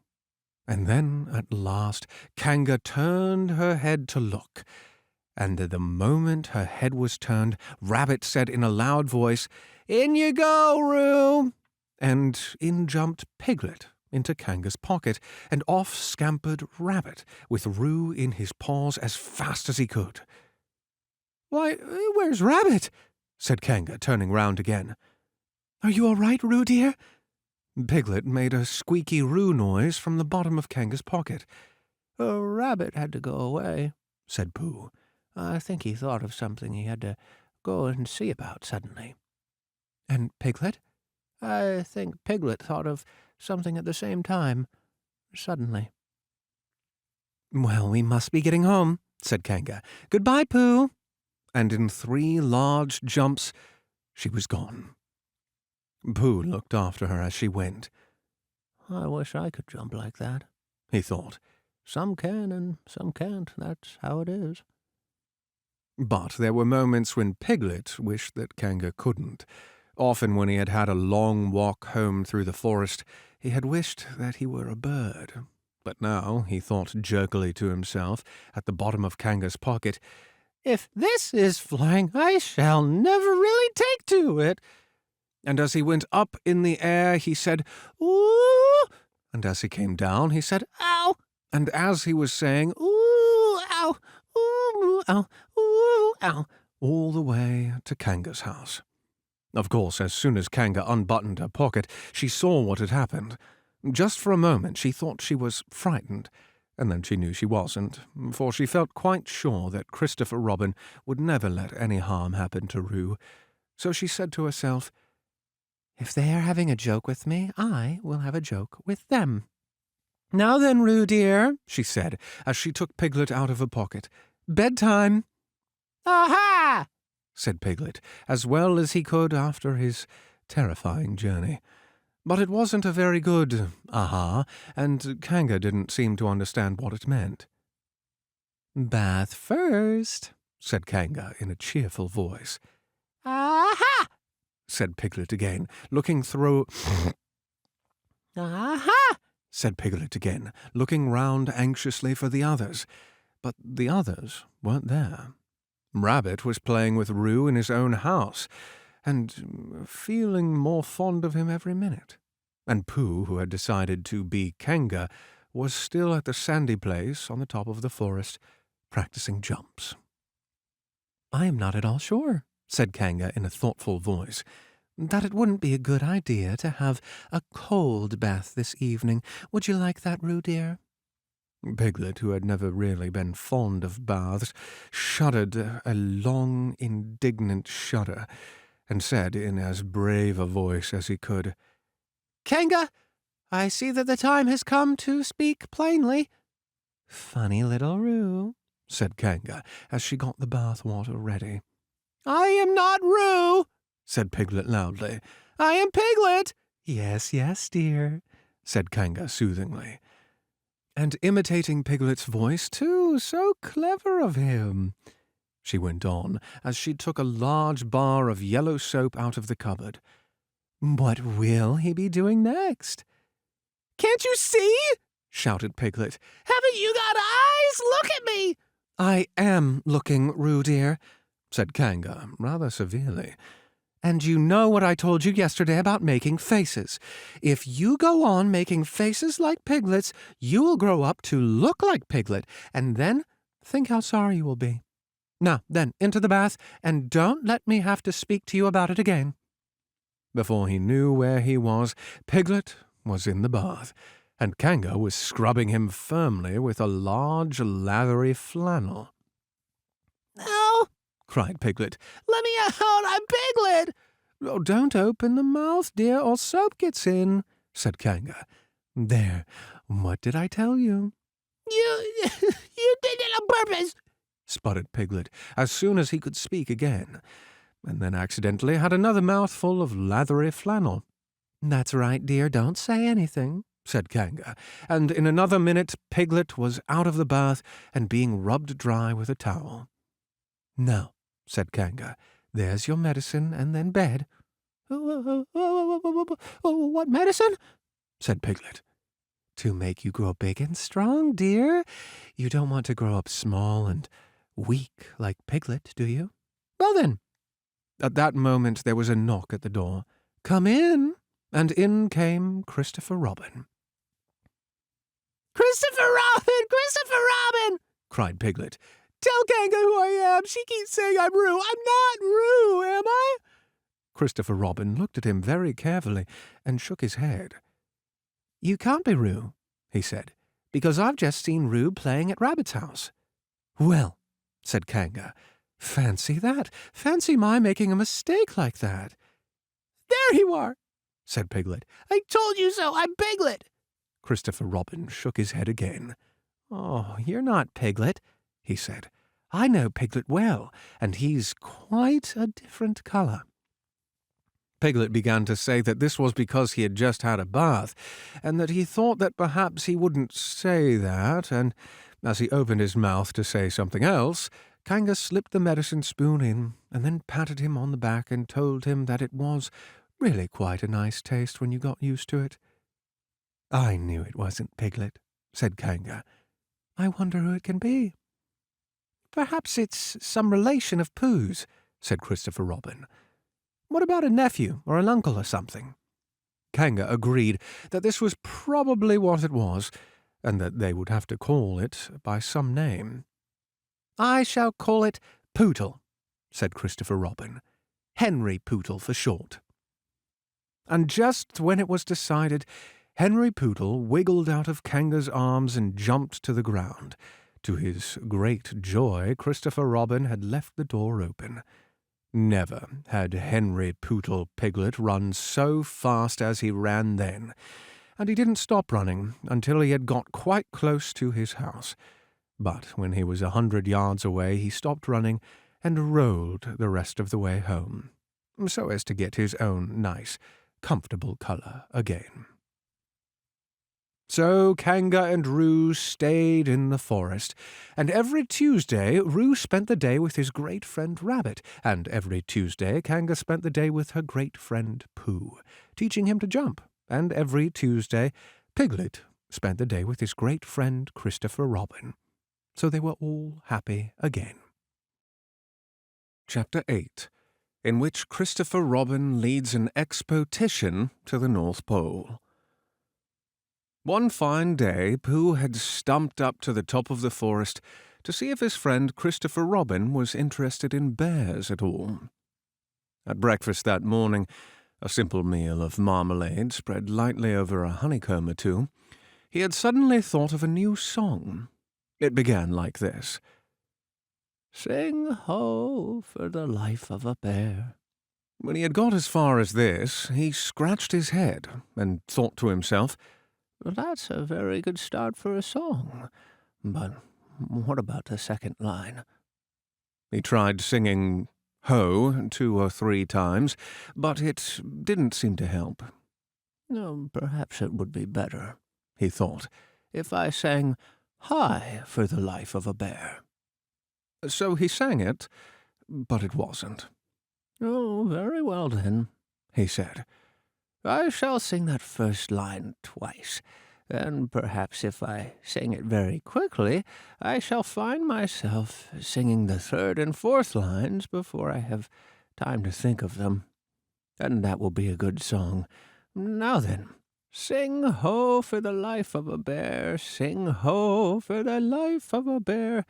I don't much mind if it rains or snows, 'cause I've got a lot of honey on my nice new nose. I don't much care if it snows or thaws, 'cause I've got a lot of honey on my nice clean paws. Sing ho for the life of a bear, sing ho for a Pooh, and I'll have a little something in an hour or 2.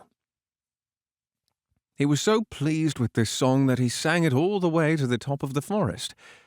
And if I go on singing it much longer, he thought, it will be time for a little something, and then the last line won't be true.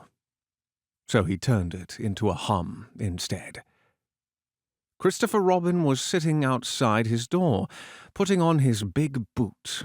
As soon as he saw the big boots, Pooh knew that an adventure was going to happen. and he brushed the honey off his nose with the back of his paw and spruced himself up as well as he could, so as to look ready for anything. Good morning, Christopher Robin, he called out. Hello, Pooh Bear. I can't get this boot on. Oh, that's bad, said Pooh. Do you think you could very kindly lean against me, 'cause I keep pulling so hard that I fall over backwards? Pooh sat down, dug his feet into the ground, and pushed hard against Christopher Robin's back. And Christopher Robin pushed hard against his, and pulled at his boot until he had got it on. And that's that, said Pooh. What do we do next? We are going on an expedition, said Christopher Robin, as he got up and brushed himself. Thank you, Pooh. Going on an expedition, said Pooh eagerly. I don't think I've ever been on one of those. Where are we going on this expedition? Expedition, silly old bear. It's got an X in it. Oh, said Pooh. I know. But he didn't really. We're going to discover the North Pole. Oh, said Pooh again. What is the North Pole? He asked. It's just a thing you discover, said Christopher Robin carelessly, not being quite sure himself. Oh, I see, said Pooh. Are bears any good at discovering it? Of course they are, and Rabbit and Kanga and all of you. It's an expedition. That's what an expedition means, a long line of everybody. So you better tell the others to get ready while I see if my gun's all right. And we must bring provisions. Bring what? Things to eat. Oh, said Pooh happily. I thought you said provisions. Well, I'll go and tell them. And he stumped off. The first person he met was Rabbit. Hello, Rabbit, he said. Is that you? Let's pretend it isn't, said Rabbit, and see what happens. I've got a message for you. I'll give it to him. We're all going on an expedition with Christopher Robin. What is it when we're on it? A sort of boat, I think, said Pooh. Oh, that sort. Yes, and we're going to discover a pole or something. Or was it a mole? Anyhow, we're going to discover it. We are we? Said Rabbit. Yes, and we've got to bring things to eat with us, in case we want to eat them. Now I'm going down to Piglet's. Tell Kanga, will you? He left Rabbit and hurried down to Piglet's house.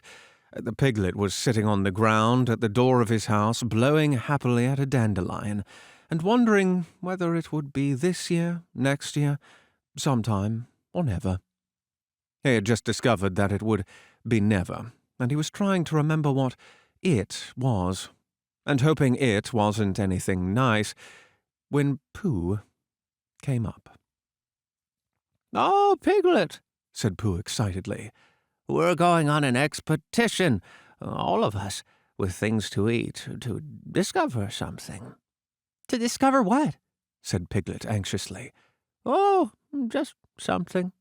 Nothing fierce. Christopher Robin didn't say anything about fierce. He just said it had an X. It isn't their necks I mind, said Piglet earnestly. It's their teeth. But if Christopher Robin is coming, I don't mind anything.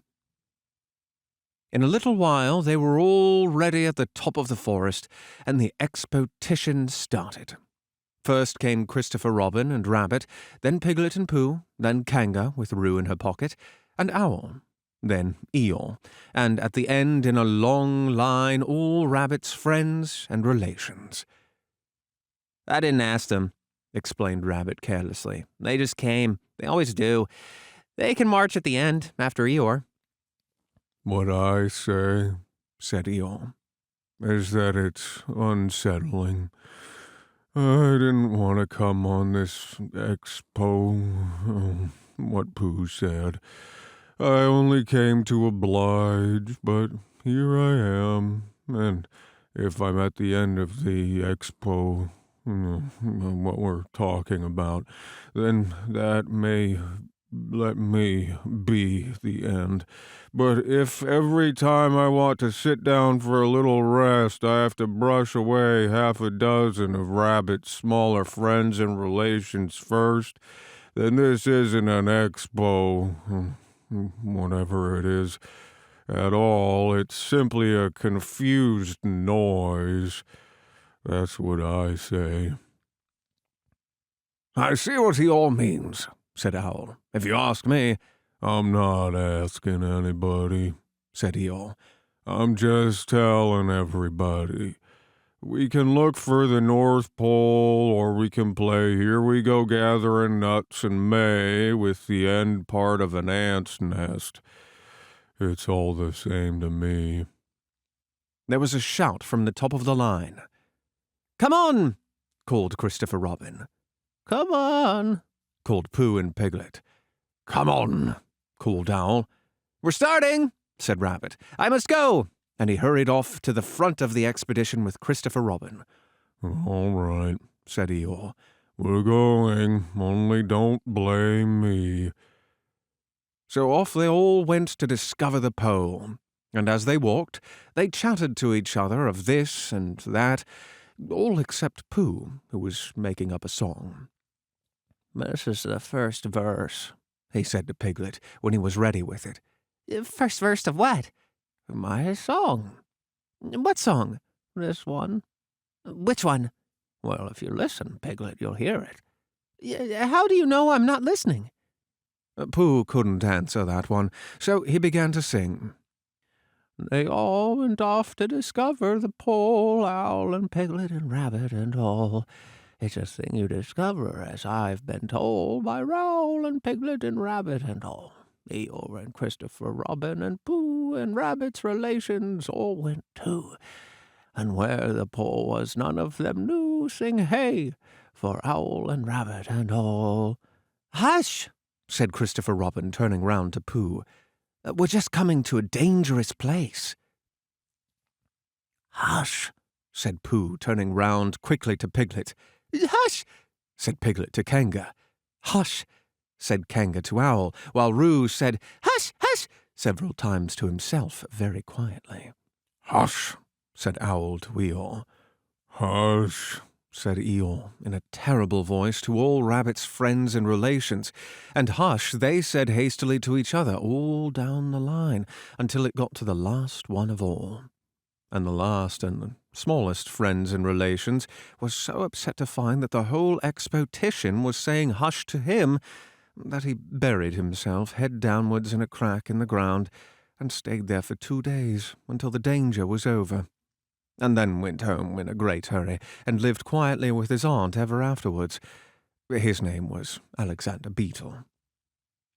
They had come to a stream which twisted and tumbled between high rocky banks, and Christopher Robin saw at once how dangerous it was.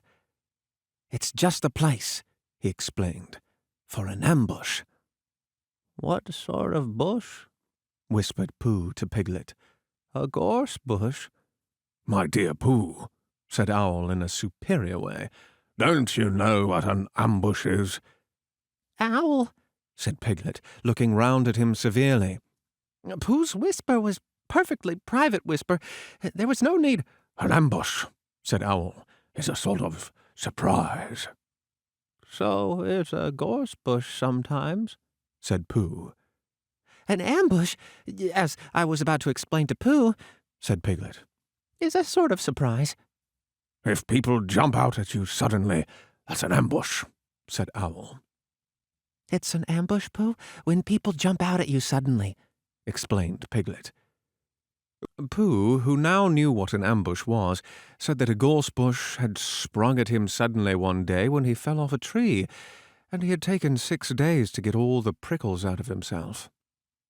We are not talking about gorse bushes, said Owl a little crossly. I am, said Pooh. They were climbing very cautiously up the stream now, going from rock to rock, and after they had gone a little way they came to a place where the banks widened out at each side, so that on each side of the water there was a level strip of grass on which they could sit down and rest. As soon as he saw this, Christopher Robin called, "Halt!" and they all sat down and rested. "I think," said Christopher Robin, "that we ought to eat all our provisions now, so we shan't have so much to carry." "Eat all our what?" said Pooh. "All that we've brought," said Piglet, getting to work. "Oh, that's a good idea," said Pooh, and he got to work too. "Have you all got something?"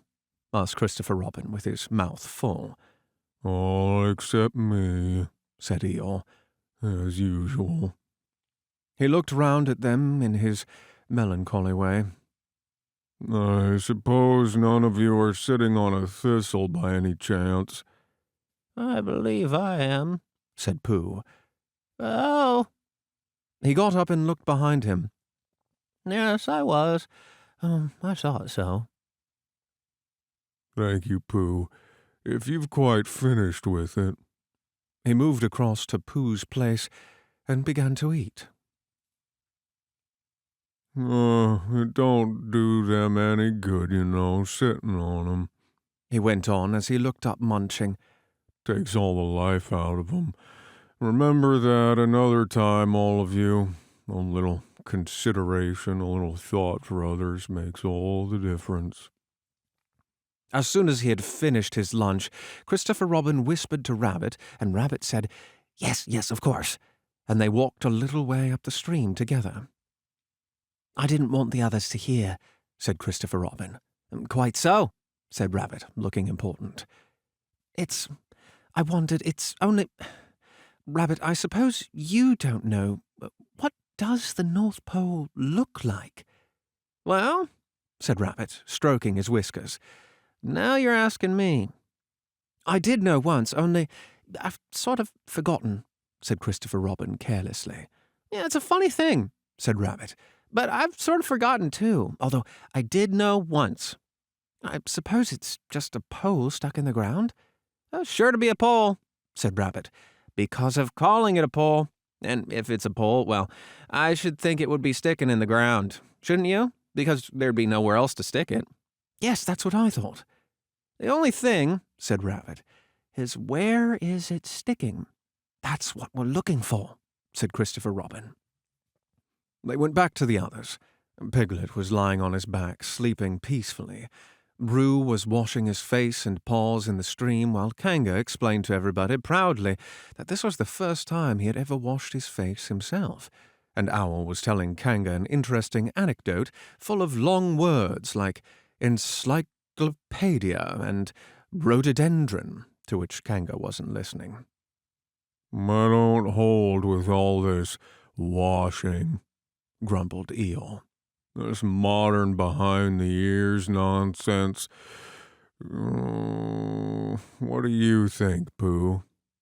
"Well," said Pooh. "I think—" But we shall never know what Pooh thought, for there came a sudden squeak from Roo, a splash, and a loud cry of alarm from Kanga. "So much for washing," said Eeyore. "Roo's fallen in!" cried Rabbit, and he and Christopher Robin came rushing down to the rescue. "Look at me swimming!" squeaked Roo from the middle of his pool, and was hurried down a waterfall next to the pool. "Are you all right, Roo dear?" called Kanga anxiously. "Yes," said Roo. "Look at me swim!" And down he went over the next waterfall into another pool. Everybody was doing something to help. Piglet, wide awake suddenly, was jumping up and down and making, "Oh, I say," noises. Owl was explaining that in case of sudden and temporary immersion, the important thing was to keep the head above water. Kanga was jumping along the bank saying, "Are you sure you're all right, Roo dear?" To which Roo, from whatever pool he was in at the moment, was answering, "Look at me swimming!" Eeyore had turned round and hung his tail over the first pool into which Roo fell, and, with his back to the accident, was grumbling quietly to himself and saying, "All this washing, but catch on to my tail, little Roo, and you'll be all right." And Christopher Robin and Rabbit came hurrying past Eeyore and were calling out to the others in front of them. "All right, Roo, I'm coming!" called Christopher Robin. Get something across the stream to lower down. Some of your fellows, called Rabbit. But Pooh was getting something. 2 pools below Roo, he was standing with a long pole in his paws, and Kanga came up and took the other end of it, and between them they held it across the lower part of the pool, and Roo, still bubbling proudly, "Look at me swimming!" drifted up against it and climbed out. Did you see me swimming? Squeaked Roo excitedly, while Kanga scolded him and rubbed him down. Pooh, did you see me swimming? That's called swimming, what I was doing. Rabbit, did you see what I was doing? Swimming! Hello, Piglet. I say, Piglet, what do you think I was doing? Swimming! Christopher Robin, did you see me? But Christopher Robin wasn't listening. He was looking at Pooh. "Pooh," he said, "where did you find that pole?" Pooh looked down at the pole in his hands. "Oh, I just found it," he said. "I thought it ought to be useful. I just picked it up." "Pooh," said Christopher Robin solemnly, "the expedition is over. You have found the North Pole." "Oh," said Pooh. Eeyore was sitting with his tail in the water when they all got back to him. "Tell Roo to be quick, somebody," he said. "My tail's getting cold. I don't want to mention it, but I just mention it. I don't want to complain, but there it is. My tail's cold." Here I am, squeaked Roo. "Oh, there you are." "Did you see me swimming?" Eeyore took his tail out of the water and swished it from side to side. "As I expected," he said. "Lost all feeling. Numbed it. That's what it's done. Numbed it. Well, as long as nobody minds, I suppose it's all right." "Oh, poor old Eeyore. I'll dry it for you," said Christopher Robin, and he took out his handkerchief and rubbed it up. "Thank you, Christopher Robin. You're the only one who seems to understand about tails. They don't think. Well, what's the matter with some of these others? They've no imagination. A tail isn't a tail to them. It's just a little bit extra at the back." "Never mind, Eeyore," said Christopher Robin, rubbing his hardest. "Is that better?" "It's feeling more like a tail, perhaps. It belongs again, if you know what I mean." "Hello, everyone," said Pooh, coming up to them with his pole. "Hello, Pooh. Thank you for asking. But I should be able to use it in a day or 2. "Use what?" What we're talking about." "I wasn't talking about anything," said Pooh, looking puzzled. "Oh, my mistake again.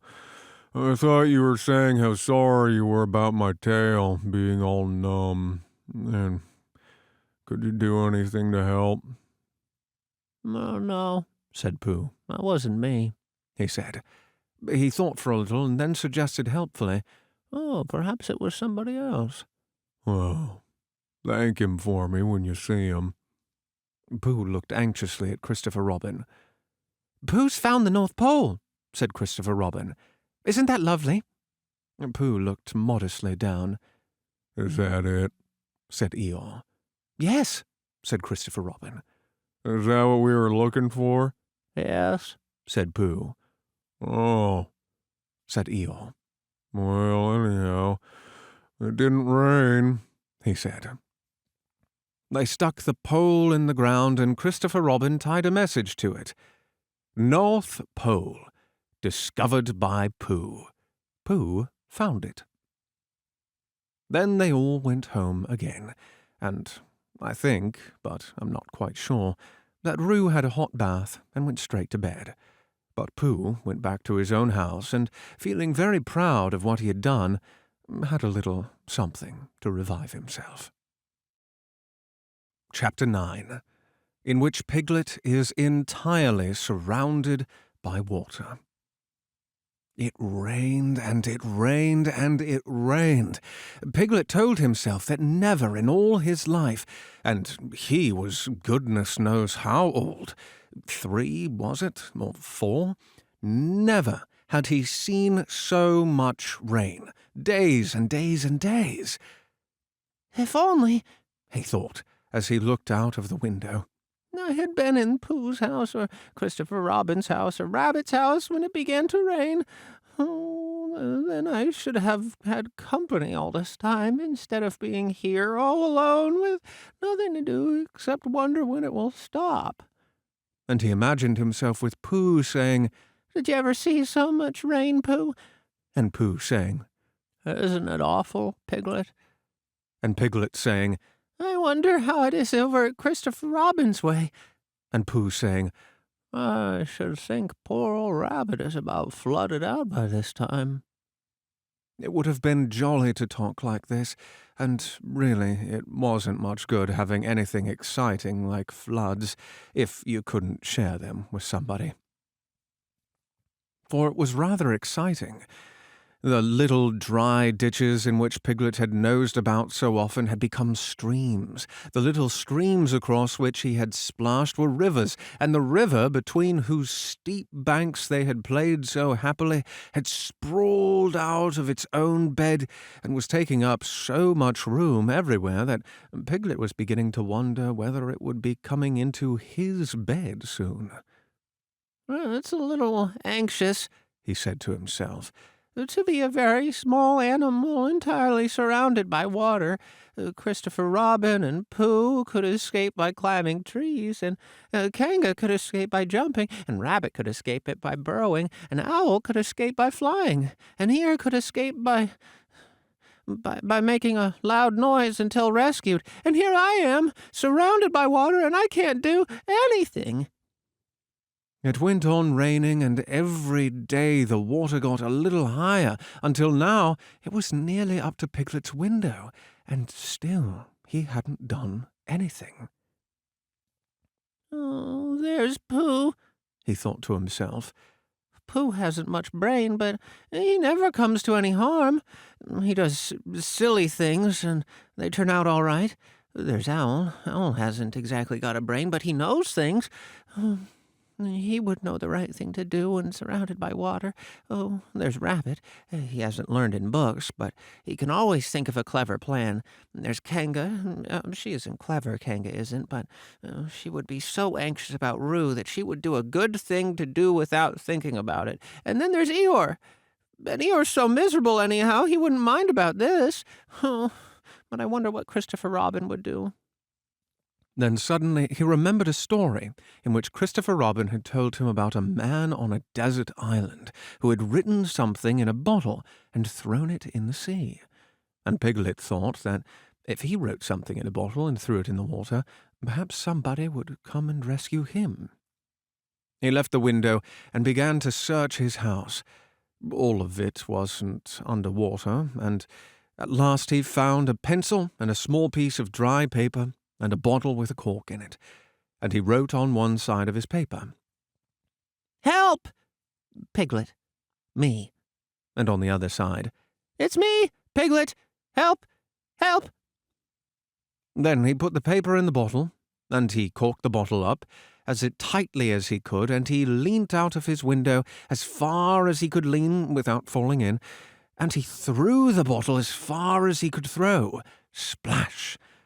And in a little while it bobbed up again on the water, and he watched it floating slowly away in the distance until his eyes ached with looking, and sometimes he thought it was the bottle, and sometimes he thought it was just a ripple on the water, which he was following. And then suddenly he knew that he would never see it again, and that he had done all that he could do to save himself. Oh, so now, he thought, somebody else will have to do something, and I hope they will do it soon, because if they don't, I shall have to swim, which I can't, so I hope they do it soon. And then he gave a very long sigh and said, Oh, I wish Pooh were here. It's so much more friendly with two. When the rain began, Pooh was asleep. It rained and it rained and it rained, and he slept and he slept and he slept. He had a tiring day. You remember how he discovered the North Pole? Well, he was so proud of this that he asked Christopher Robin if there were any other poles such as a bear of little brain might discover. "There's the South Pole," said Christopher Robin, "and I expect there's an East Pole and a West Pole, though people don't like talking about them." Pooh was very excited when he heard this, and suggested that they should have an expedition to discover the East Pole. But Christopher Robin had thought of something else to do with Kanga, so Pooh went out to discover the East Pole by himself. Whether he discovered it or not, I forget, but he was so tired when he got home that, in the very middle of his supper, after he had been eating for little more than half an hour, he fell asleep in his chair, and slept and slept and slept. Then suddenly he was dreaming. He was at the East Pole, and it was a very cold pole with the coldest sort of snow and ice all over it. He had found a beehive to sleep in, but there wasn't room for his legs, so he had left them outside. And wild woozles, such as inhabit the East Pole, came and nibbled on the fur off his legs to make nests for their young. And the more they nibbled, the colder his legs got, until suddenly he woke up with an ow, and there he was, sitting in his chair, with his feet in the water, and water all around him. He splashed to his door and looked out. "Oh, this is serious," said Pooh. "I must have an escape." So he took his largest pot of honey and escaped with it to a broad branch of his tree, well above the water. And then he climbed again and escaped with another pot. And when the whole escape was finished, there was Pooh sitting on his branch, dangling his legs, and there beside him were 10 pots of honey. 2 days later, there was Pooh sitting on his branch, dangling his legs, and there beside him were 4 pots of honey. 3 days later, there was Pooh sitting on his branch, dangling his legs, and there beside him was 1 pot of honey. 4 days later, there was Pooh. And it was on the morning of the 4th day that Piglet's bottle came floating past him, and with one loud cry of "Honey!" Pooh plunged into the water, seized the bottle, and struggled back to his tree again. "Oh, bother," said Pooh as he opened it. Oh, wet for nothing.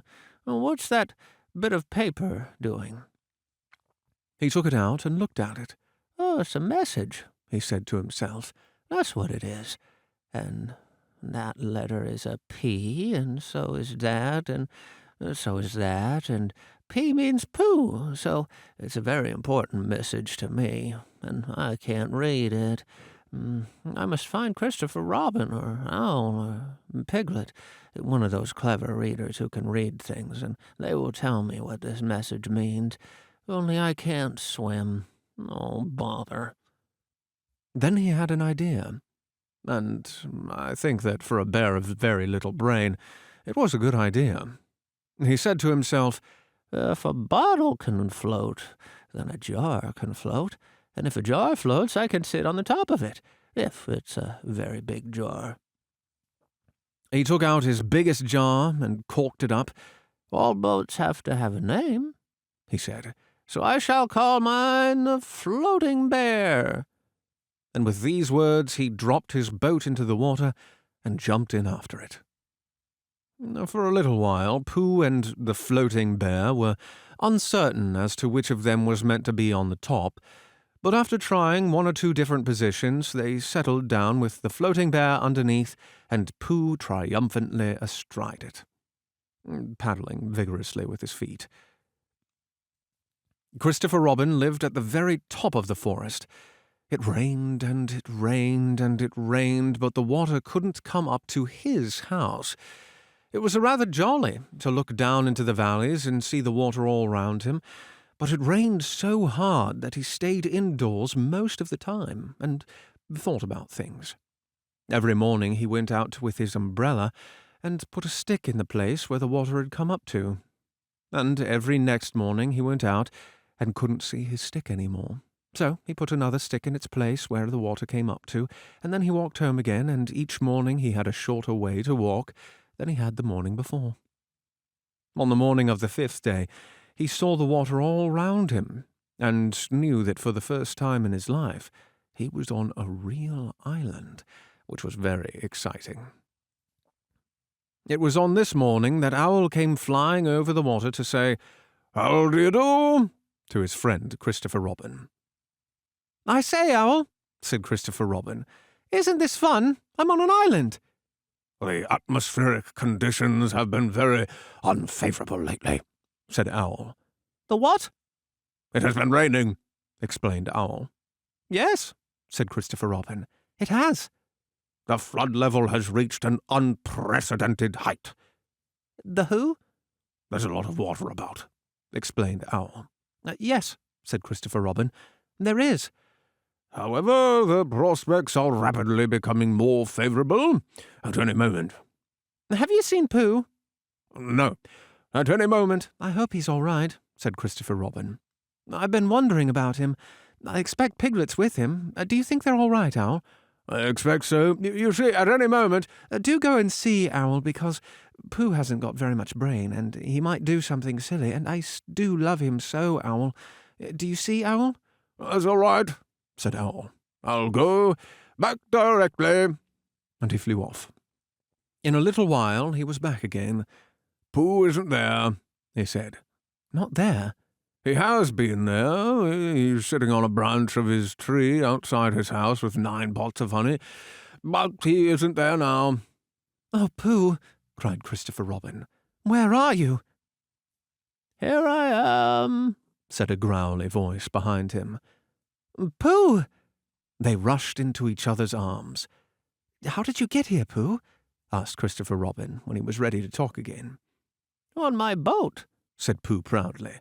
"I had a very important message sent to me in a bottle, and owing to having got some water in my eyes, I couldn't read it, so I brought it to you on my boat."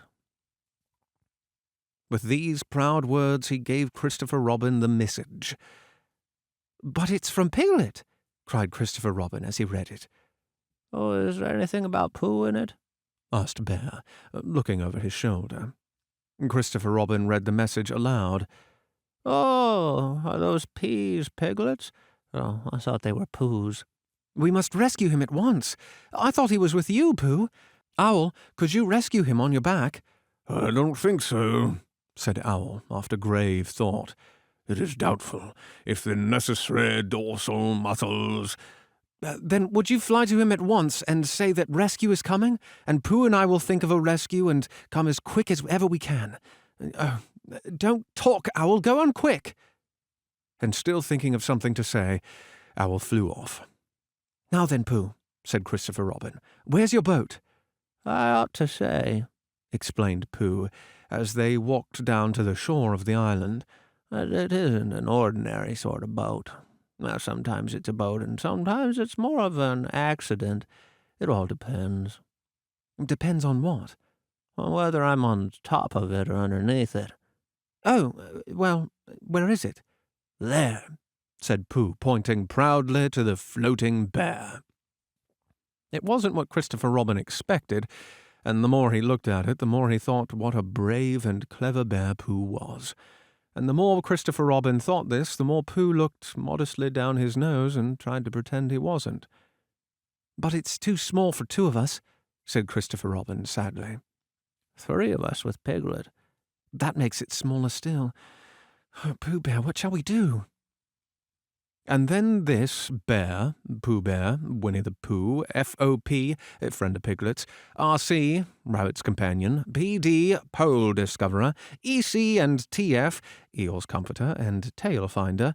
In fact, Pooh himself said something so clever that Christopher Robin could only look at him with mouth open and eyes staring, wondering if this really was the bear of very little brain whom he had known and loved so long. "Might we go in your umbrella?" said Pooh. "Might we go in your umbrella?" said Pooh. "Might we go in your umbrella?" said Pooh. For suddenly Christopher Robin saw that they might. He opened his umbrella and put it point downwards in the water. It floated but wobbled. Pooh got in. He was just beginning to say that it was all right now when he found that it wasn't. So, after a short drink, which he didn't really want, he waded back to Christopher Robin. They both got in together, and it wobbled no longer. "I shall call this boat the Brain of Pooh," said Christopher Robin, and the Brain of Pooh set sail forthwith in a southwesterly direction, revolving gracefully. You can imagine Piglet's joy when at last the ship came in sight of him. In after years he liked to think that he had been in very great danger during the terrible flood. But the only danger he had really been in was in the last half-hour of his imprisonment, when Owl, who had just flown up, sat on a branch of his tree to comfort him, and told him a very long story about an aunt who had once laid a seagull's egg by mistake, and the story went on and on, rather like this sentence, until Piglet, who was listening out of his window without much hope, went to sleep quietly and naturally, slipping slowly out of the window towards the water until he was only hanging on by his toes, at which moment, luckily, a sudden loud squawk from Owl, which was really part of the story, being what his aunt said, woke the Piglet up and just gave him time enough to jerk himself back into safety and say, "How interesting, and did she—" Well, you can imagine his joy when at last he saw the good ship Brain of Pooh, Captain C. Robin, First Mate P. Bear, coming over the sea to rescue him. Christopher Robin and Pooh again. And that is really the end of the story, and I'm very tired after that last sentence, so I think I shall stop there. Chapter 10, in which Christopher Robin gives Pooh a party, and we say goodbye. One day when the sun had come back over the forest, bringing with it the scent of May, and all the streams of the forest were tinkling happily to find themselves their own pretty shape again, and the little Poohs lay dreaming of life they had seen, and the big things they had done, and in the warmth and quiet of the forest, the cuckoo was trying over his voice carefully, and listening to see if he liked it. And wood-pigeons were complaining gently to themselves in their lazy, comfortable way that it was the other fellow's fault. But it didn't matter very much. On such a day as Christopher Robin whistled in a special way he had, an owl came flying out over the 100-acre wood to see what was wanted. "Owl," said Christopher Robin, "I'm going to give Pooh a party." "You are you?" said Owl. "And it's going to be a special sort of party, because it's because of what Pooh did and when he did it to save Piglet from the flood." "Oh, that's what it's for, is it?" said Owl. "Yes, so will you tell Pooh as quickly as you can, and all the others, because it will be tomorrow." "Oh, it will it?" said Owl, still being as helpful as possible. "So will you go and tell them, Owl?" Owl tried to think of something very wise to say, but couldn't. So he flew off to tell the others. And the first person he told was Pooh. "Pooh," he said, "Christopher Robin is giving a party." "Oh," said Pooh. And then, seeing that Owl expected him to say something else, he said, "Will there be those little cake things with pink sugar icing?" Owl felt it was rather beneath him to talk about little cake things with pink sugar icing, so he told Pooh exactly what Christopher Robin had said, and flew off to Eeyore. "A party for me," thought Pooh to himself. "How grand!" And he began to wonder if all the other animals would know that it was a special Pooh party, and if Christopher Robin had told them about the floating bear and the brain of Pooh and all the wonderful ships he had invented and sailed on, and he began to think how awful it would be if everybody had forgotten about it and nobody knew what the party was for. And the more he thought about this, the more the party got muddled in his mind, like a dream when nothing goes right. And the dream began to sing itself over in his head until it became a sort of song. It was an anxious Pooh song. 3 cheers for Pooh. For who? For Pooh. Why, what did he do? I thought you knew. He saved his friend from a wetting. 3 cheers for Bear. For where? For Bear. He couldn't swim, but he rescued him. He rescued who? Oh, listen, do. I'm talking of Pooh. Of who? Of Pooh! I'm sorry, I keep forgetting. Well, Pooh was a bear of enormous brain. Just say it again. Of enormous brain. Of enormous what? Well, he ate a lot. And I don't know if he could swim or not, but he managed to float on a sort of a boat, on a sort of what? Well, a sort of a pot. Now let's give him 3 hearty cheers. So now let's give him 3 hearty witches, and hope he'll be with us for years and years, and grow in health and wisdom and riches. 3 cheers for Pooh. For who? For Pooh. For 3 cheers for Pooh. For where? For Bear. 3 cheers for the wonderful Winnie the Pooh. Oh, just tell me, somebody, what did he do? While this was going on inside him, Owl was talking to Eeyore. Eeyore, Said Owl. Christopher Robin is giving a party. Very interesting, said Eeyore. I suppose they'll be sending me down the odd bits which got trotted on. Kind and thoughtful. Not at all, don't mention it. There is an invitation for you. What's that like? An invitation? Yes, I heard you. Who dropped it? There isn't anything to eat. It's asking you to be the party. Tomorrow. Eeyore shook his head slowly. You mean Piglet. The little fella with excited ears, that's Piglet. I'll tell him. No, said Owl, getting quite fussy. It's you. Are you sure? Of course I'm sure. Christopher Robin said all of them. Tell all of them.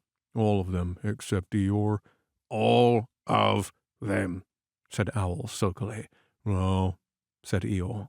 A mistake, no doubt, but still, I shall come. Only don't blame me if it rains. But it didn't rain. Christopher Robin had made a long table out of some long pieces of wood, and they all sat round it. Christopher Robin sat at one end, and Pooh sat at the other. And between them, on one side, were Owl and Eeyore and Piglet, and between them on the other side were Rabbit and Roo and Kanga. And all Rabbit's friends and relations spread themselves out on the grass and waited hopefully in case anybody spoke to them or dropped anything or asked them the time. It was the first party to which Roo had ever been, and he was very excited. As soon as ever they had sat down, he began to talk. Hello, Pooh, he squeaked. Hello, Roo, said Pooh. Roo jumped up and down in his seat for a little while, and then began again. Hello, Piglet, he squeaked. Piglet waved a paw at him, being too busy to say anything. Hello, Eeyore, said Roo. Eeyore nodded gloomily at him. It will rain soon. You see if it doesn't, he said. Roo looked to see if it didn't, and it didn't. So he said, Hello, Owl. And Owl said, Hello, my little fellow, in a kindly way, and went on telling Christopher Robin about an accident which had nearly happened to a friend of his whom Christopher Robin didn't know, and Kanga said to Roo, Drink up your milk first, dear, and talk afterwards. So Roo, who was drinking his milk, tried to say that he could do both at once, and had to be patted on the back and dried for quite a long time afterwards. When they had all nearly eaten enough, Christopher Robin banged on the table with his spoon, and everybody stopped talking, and there was very silent, except Roo, who was finishing a loud attack of hiccups, and trying to look as if it was one of Rabbit's relations. This party, said Christopher Robin, is a party because of what someone did, and we all knew who it was, and it's his party because of what he did, and I've got a present for him. And here it is. Then he felt about a little, and whispered, Oh, where is it? While he was looking, Eeyore coughed in an impressive way and began to speak. Friends, he said, including Ottomans, it is a great pleasure, or perhaps I'd better say it has been a pleasure so far, to see you at my party. What I did was nothing. Any of you, except Rabbit and Owl and Kanga, would have done the same. Oh, and Pooh. My remarks do not, of course, apply to Piglet and Roo because they are too small. Any of you would have done the same, but it just happened to be me. It was not, I need hardly say, with an idea of getting what Christopher Robin is looking for now. Then he put his front leg to his mouth and said in a loud whisper, "Try under the table." That I did what I did because I feel that we should all do what we can to help. I feel we should all, said Roo accidentally. Roo, dear, Said Kanga reproachfully. was it me? Asked Roo, a little surprised. What's everyone talking about? Piglet whispered to Pooh. I don't know, Said Pooh rather dolefully. I thought it was your party. I thought it was once, but I suppose it isn't. I'd sooner it was yours than Eeyore's, Said Piglet. Oh, so would I. Said Roo again. as I was saying, Said Eeyore loudly and sternly. as I was saying when I was interrupted by various loud sounds, I feel that, Here it is, cried Christopher Robin excitedly. Pass it down to silly old Pooh. It's for Pooh. For Pooh? Said Eeyore. Of course it is. The best bear in all the world. Oh, I might have known, said Eeyore. After all, one can't complain. I have my friends. Somebody spoke to me only yesterday, and it was last week or the week before that Rabbit bumped into me and said, "Bother. A social round. Always something going on." Nobody was listening, for they were all saying, Open it, Pooh. What is it, Pooh? Oh, I know what it is. No, you don't. And other helpful remarks of this sort. And of course Pooh was opening it as quickly as ever he could, but without cutting the string, because you never know when a bit of string might be useful. At last it was undone. When Pooh saw what it was, he nearly fell down, he was so pleased. It was a special pencil case. There were pencils in it marked B for bear, and pencils marked HB for helping bear, and pencils marked BB for brave bear. There was a knife for sharpening the pencils, and India rubber for rubbing out anything which you had spelt wrong, and a ruler for ruling lines for the words to walk on, and inches marking on the ruler in case you ever wanted to know how many inches anything was, and blue pencils and red pencils and green pencils for saying special things in blue, red, and green. All these lovely things were in little pockets of their own in a special case which shut with a click when you clicked it. And they were all for Pooh. Oh, said Pooh. Oh, Pooh, said everyone else except Eeyore. Oh, thank you, growled Pooh.